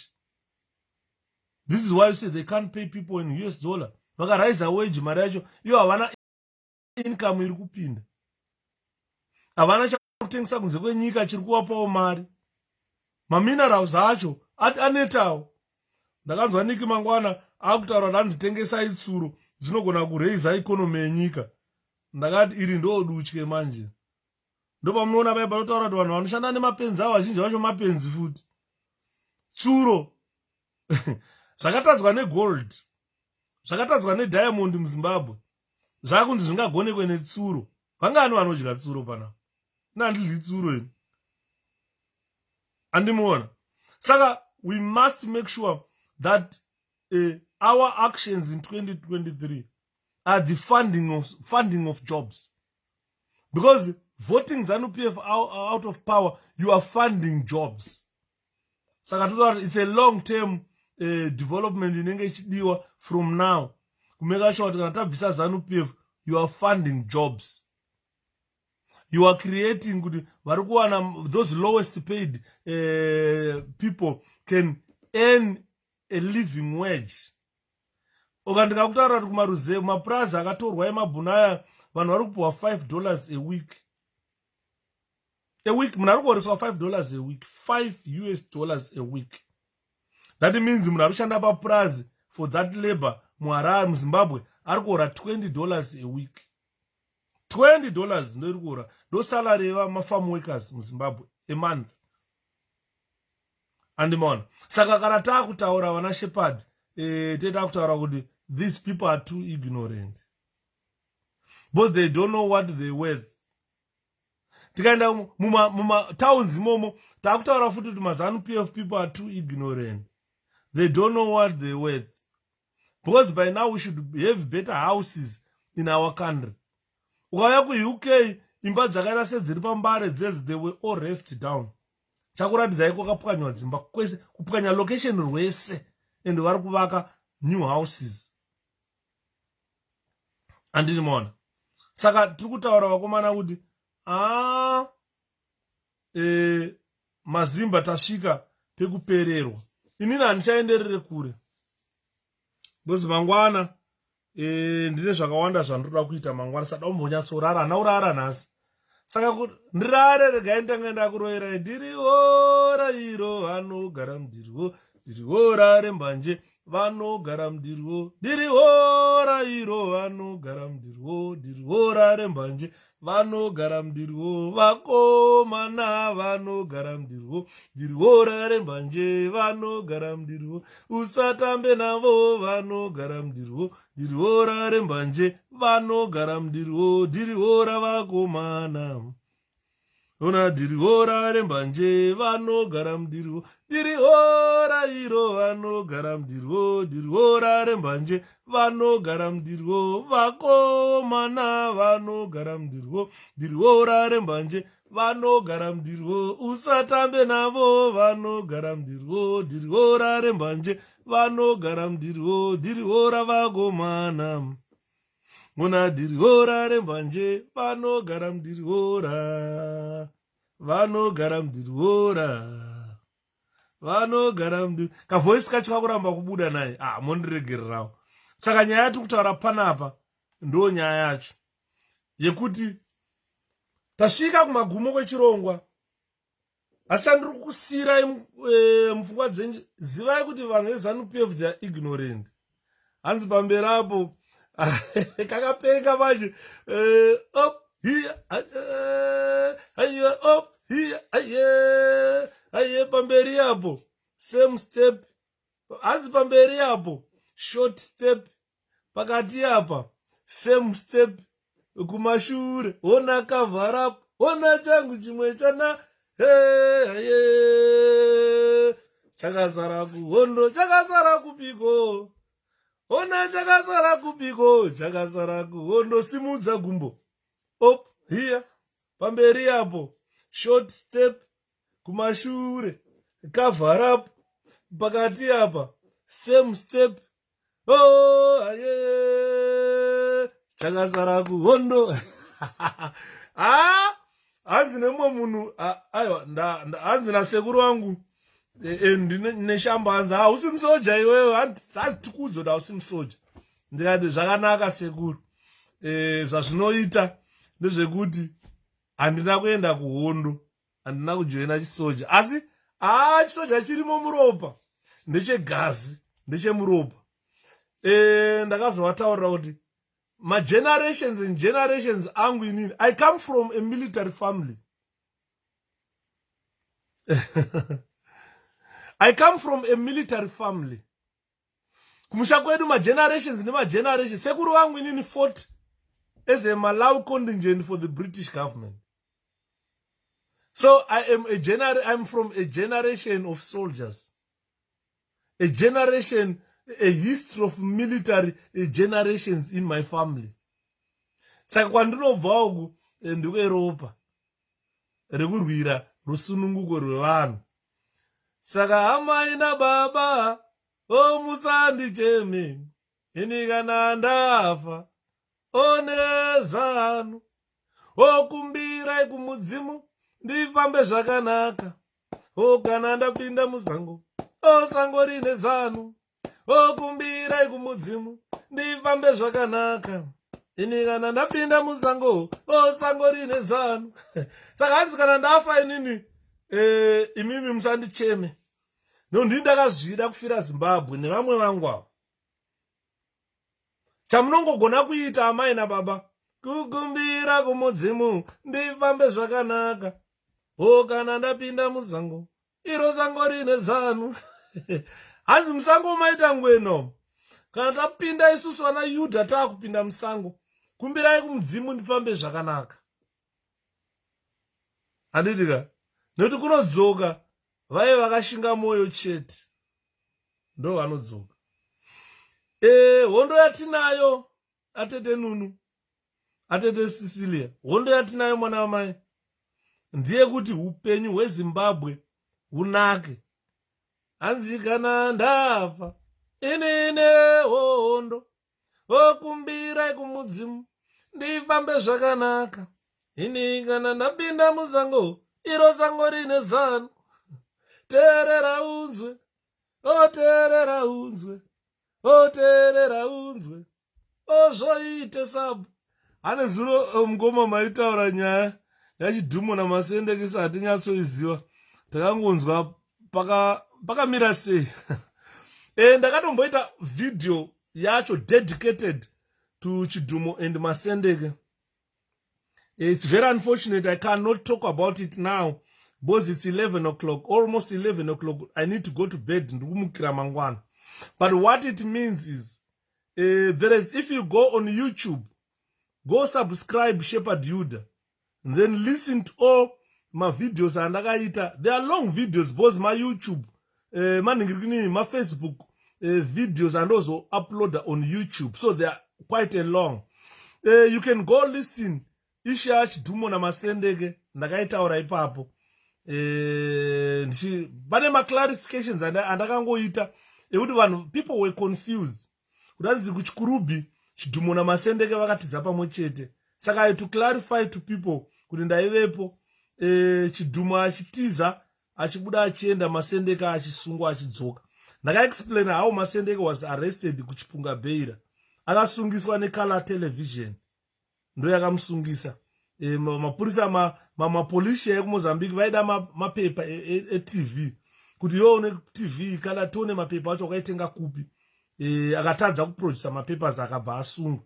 Saka kusungwa kwakaita ndokusungwa kwakaita Masendeke ikoko. Chidhumo achibva atiza achiescape achienda kuBeira. Saka kuti Chidhumo azozikanwa wanzi anogara papa akaenda kupi, ndiMasendeke akazoprovide information iyoyo yekuti even pavanga vakunohemwa vakanga vasichaonani kuti Chidhumo aiti Masendeke wakanditengesa, asi iwe handina kubva ndambokutengesa kuti unogara kupi. Vakanga vaonetsana zvikuru vakomana. Handiti maona.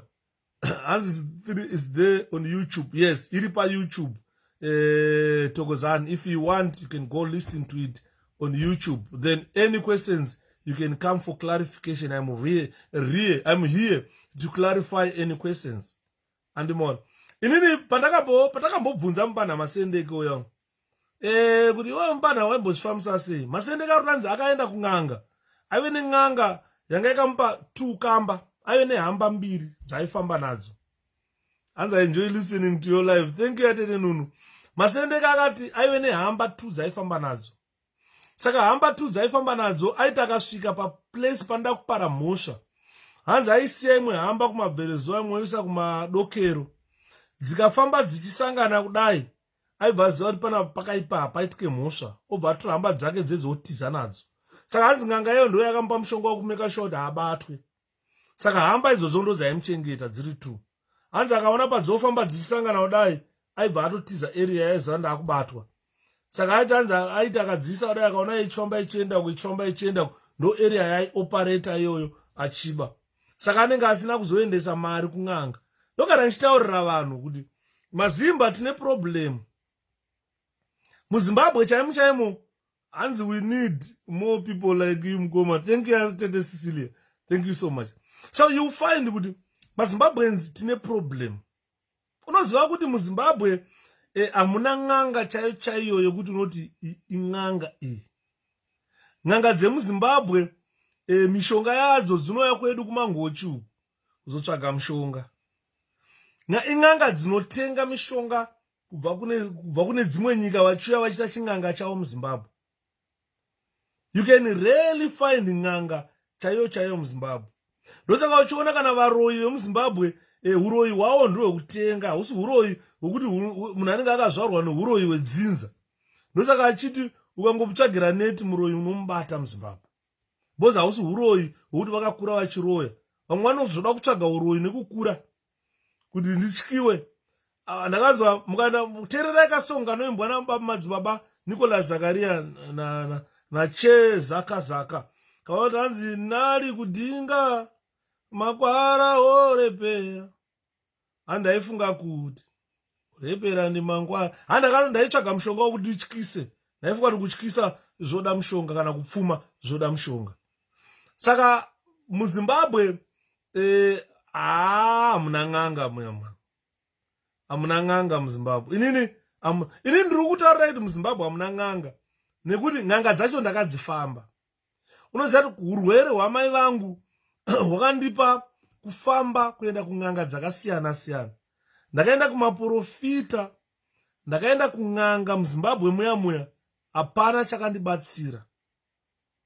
Uri kunzwa? Ndakaenda ng'anga dzimwe dzamunoti hanzi idzi dzinotyisa. Hapana, ndakadzienda ng'anga dzamunotaura imi. Dzinotyisa ndakadzienda.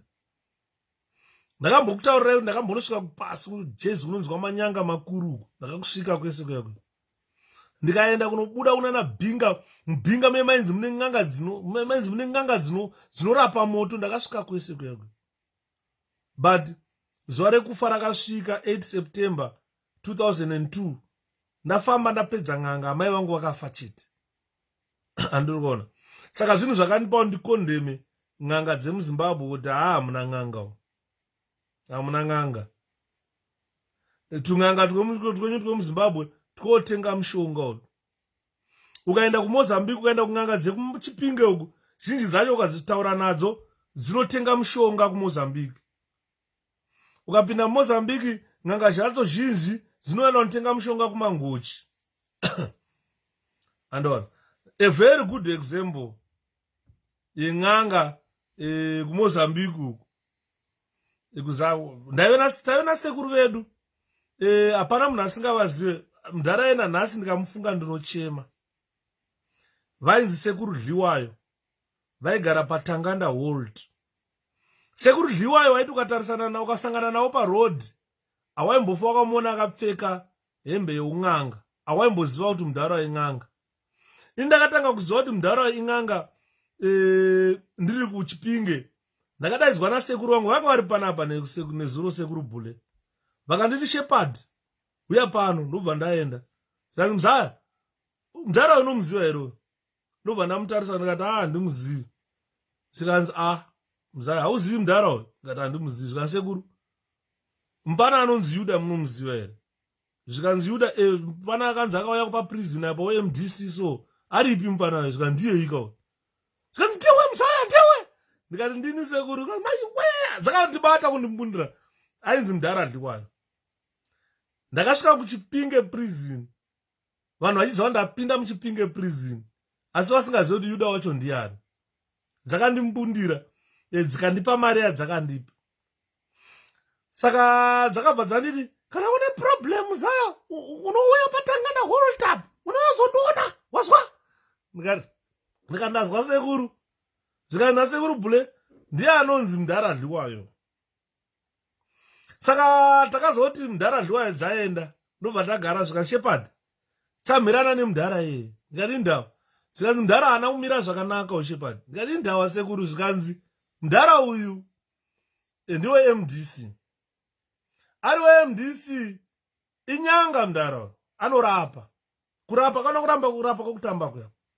Saka zvakaitika mistake yakaitika vanhu veZANU-PF vandiri kuti vari ignorant nhasi. Youth yeZANU-PF patangana vakaenda pamusha pemudhara uyu ndobva vanomurova. Iyo nyaya yeviolence, ZANU-PF yajaira violence. Ndobva vanokiya Mudharadliwayo, vamukiya Mudharadliwayo, vamukiya Mudharadliwayo. Vakiya Mudharadliwayo ndobva vafunga kuti afa. Ndobva vapisa imba yake yaairapira. Sekuru vakati hanzi kana uchisvika pamba peMudharadliwayo uchienda kunorapwa, wauya kuzorapwa. Waitambirwa negudo kurodhuko, ndoraikutakurira mabhegi ronokuratidza kwekuenda gudo. Anga asiri right Mudharaweyo. Saka ZANU-PF yamurova kudaro. Vakabva vafunga kuti afa. Ndobva vapisa imba yave negona. Hanzi Muzaya pakaputika kunge paputika bhomba. Kote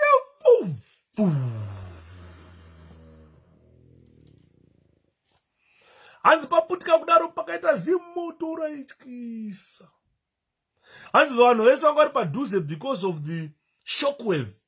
Vanhu vakati kata kata kata kata kata kudona.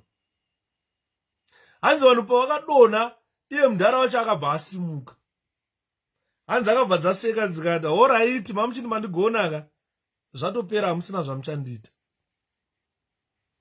Mudharadliwayo. Zvikanzi youth yeZANU yakamuka ndobva pavakazomuka ndokutiza ndokuenda. Saka sekuru Dliwayo havana kuita noise navo kana kuvaita sei. Vangovaka imba yavo zvayanga yakaita ndokuigadzira imba yavo. Ndobva vaenda kwavakatora zvinhu zvavo.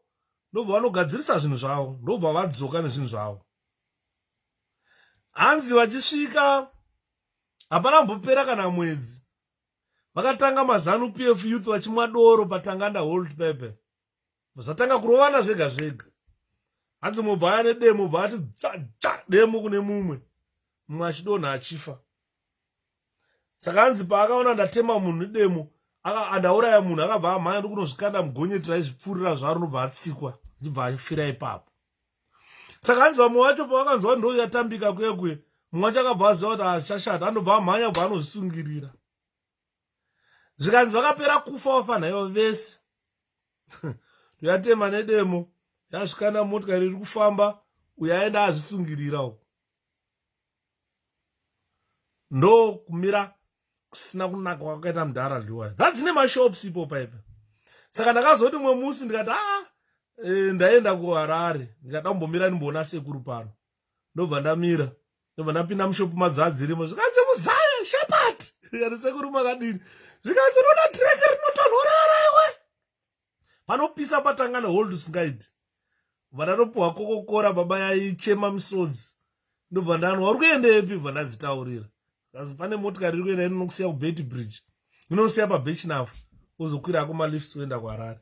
Motikari yangu iri kusimuka panapa dzave neka T35 so. MuZimbabwe nyanga dzirimo mushonga dzinotenga.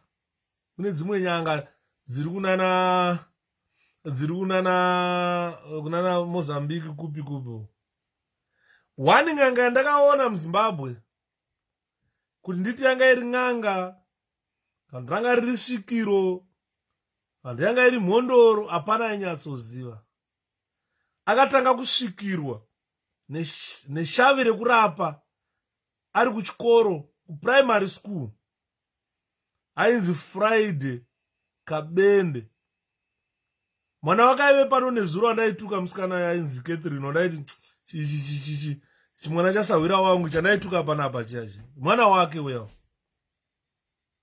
Chisanyu ainzi Friday Chisanyu vanhu vari muHarare hapana asingazive sekuru Chisanyu ainzi Friday takakura tichimuona murume uya kurungo maminista enyu aya mazhinji ainzi ana Chikore vanani vavese vaiuya kuHurungwe tichivaona vachienda kwaChundu neRoad tichivaona maminista vana Mugabe vakatombodana vana Friday akatanga kusvikirwa ari mwana mudiki ari kuprimary Friday ana kuzoenda kuchikoro kudzidza nekuti zvakanga zviri pari zvanga zviri zvihombe ukaenda kwaChundu kuHurungwe ukanzwa pachitaurwa nyaya yaChimombe panotaurwa nyaya yaFriday Kabende kuti akatakura madzimambo akafamba nawo nemusango usiku nemasikati achienda nawo kuna Zambezi kuti kune tsvimbo iriko inoda kutorwa inonzi vaChimombe yakaita ngegoridhe. Nguva dzehondo dzedze varungu vakauya kwaChundu kune mapuma vachida kuta kudhonza vaChimombe kuenda nawo vakatadza kudhonza simbi yaimira ine ziso 1 yainzi vaChimombe yakanzi havagari mumba pane pavanovakirwa pavanogara waiti ukaenda mondoro yeko yainzi vaChimombe ivavo yakanga iri simbi tsvimbo yegoridhe yekuti maiti kana mvura ikarega kunaya vaenda kwaChimombe kwaine n'anga dzaibva mheno kupi nekupi mashavi chikuenda kunoombera kwaChimombe kuti kuda mvura kuti mvura inayo kasi Chisanyu yeFriday ndiye wandakaona kuti ung'anga haana kuita ung'anga hwokudzidzira kana kunodzidziswa kuchera mishonga nemwe ng'anga unotenga iwo mishonga yamaitenga yese yaFriday yaiye mishonga yake yekurotswa nemudzimu yake yaikucherera yachikurapa airapa Friday. Saka musavhundutsirwe nevanhu vezanwa they are too ignorant zvandiri kutaura zvavanga zvizive andimanzo 13 minutes to chiregai ndipedze ndonovata mangwana ndine kwandiri kumukira kuenda ini chandongoda kuti muzive kuti ndokudai mese vanhu veZimbabwe ndozvinorwadza godi ndozvinorwadza ukaona rodhi ukasvika paElephants Walk unobva watena wakuenda kunonzi kuPendenisi kune tara unonosvika pa10 off bva paPendenisi payo kangorikwidze imbichana usati wasvika pagomo reHurungwe unosiya katara kachitanga kari kuenda kuKaruru wobva watena wakuenda kwaChundu ukada kuenda kwaChundu nepajani paipai kana kuenda nekumushowe mashatira akaita rodhi yaya especially ukaenda nekumushowe uchazonokwidza kumushowe kuya uenda nekufamu kwasekuru wangu kuna sekuru wangu waive nepurazi ipapo vainzwa Dlamini waifura pasekuru wangu paive nemukwidza kudai ndakambodziseka mwe musi sekuru dzangu idzodzo dzakazoshaya papurazi padzo panonzi paDlamini ipapo dzakavaka 18 bedroomed house hamene kuti yakapera here nanhasi kubva kudhara saka ndai ndikadziona nokuputika nekudziseka dzaiuya kumba wazaya sekuru makadini dzakavaka 18 bedroomed house ndikati sekuru muri paplaza apana 18 bedroomed house modzigara nani imimi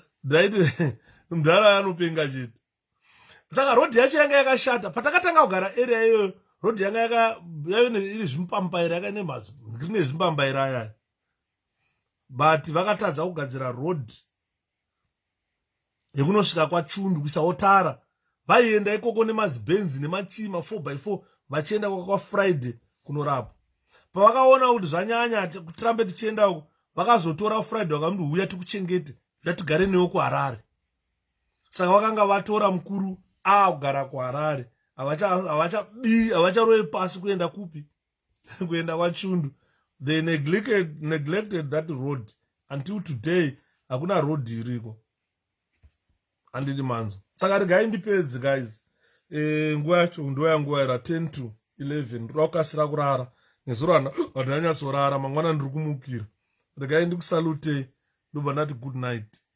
Ane any issue you come to my inbox, and any problem you come to my inbox. ane chanoda kuziva kana uda kubvunza, you come to my inbox, tobatsirana. Phone number yangu hapana asina, tobatsirana. Andidika. Good night, ladies and gentlemen. Vanogara mudhiri ho rairo, vanogara mudhiri ho rarembanje.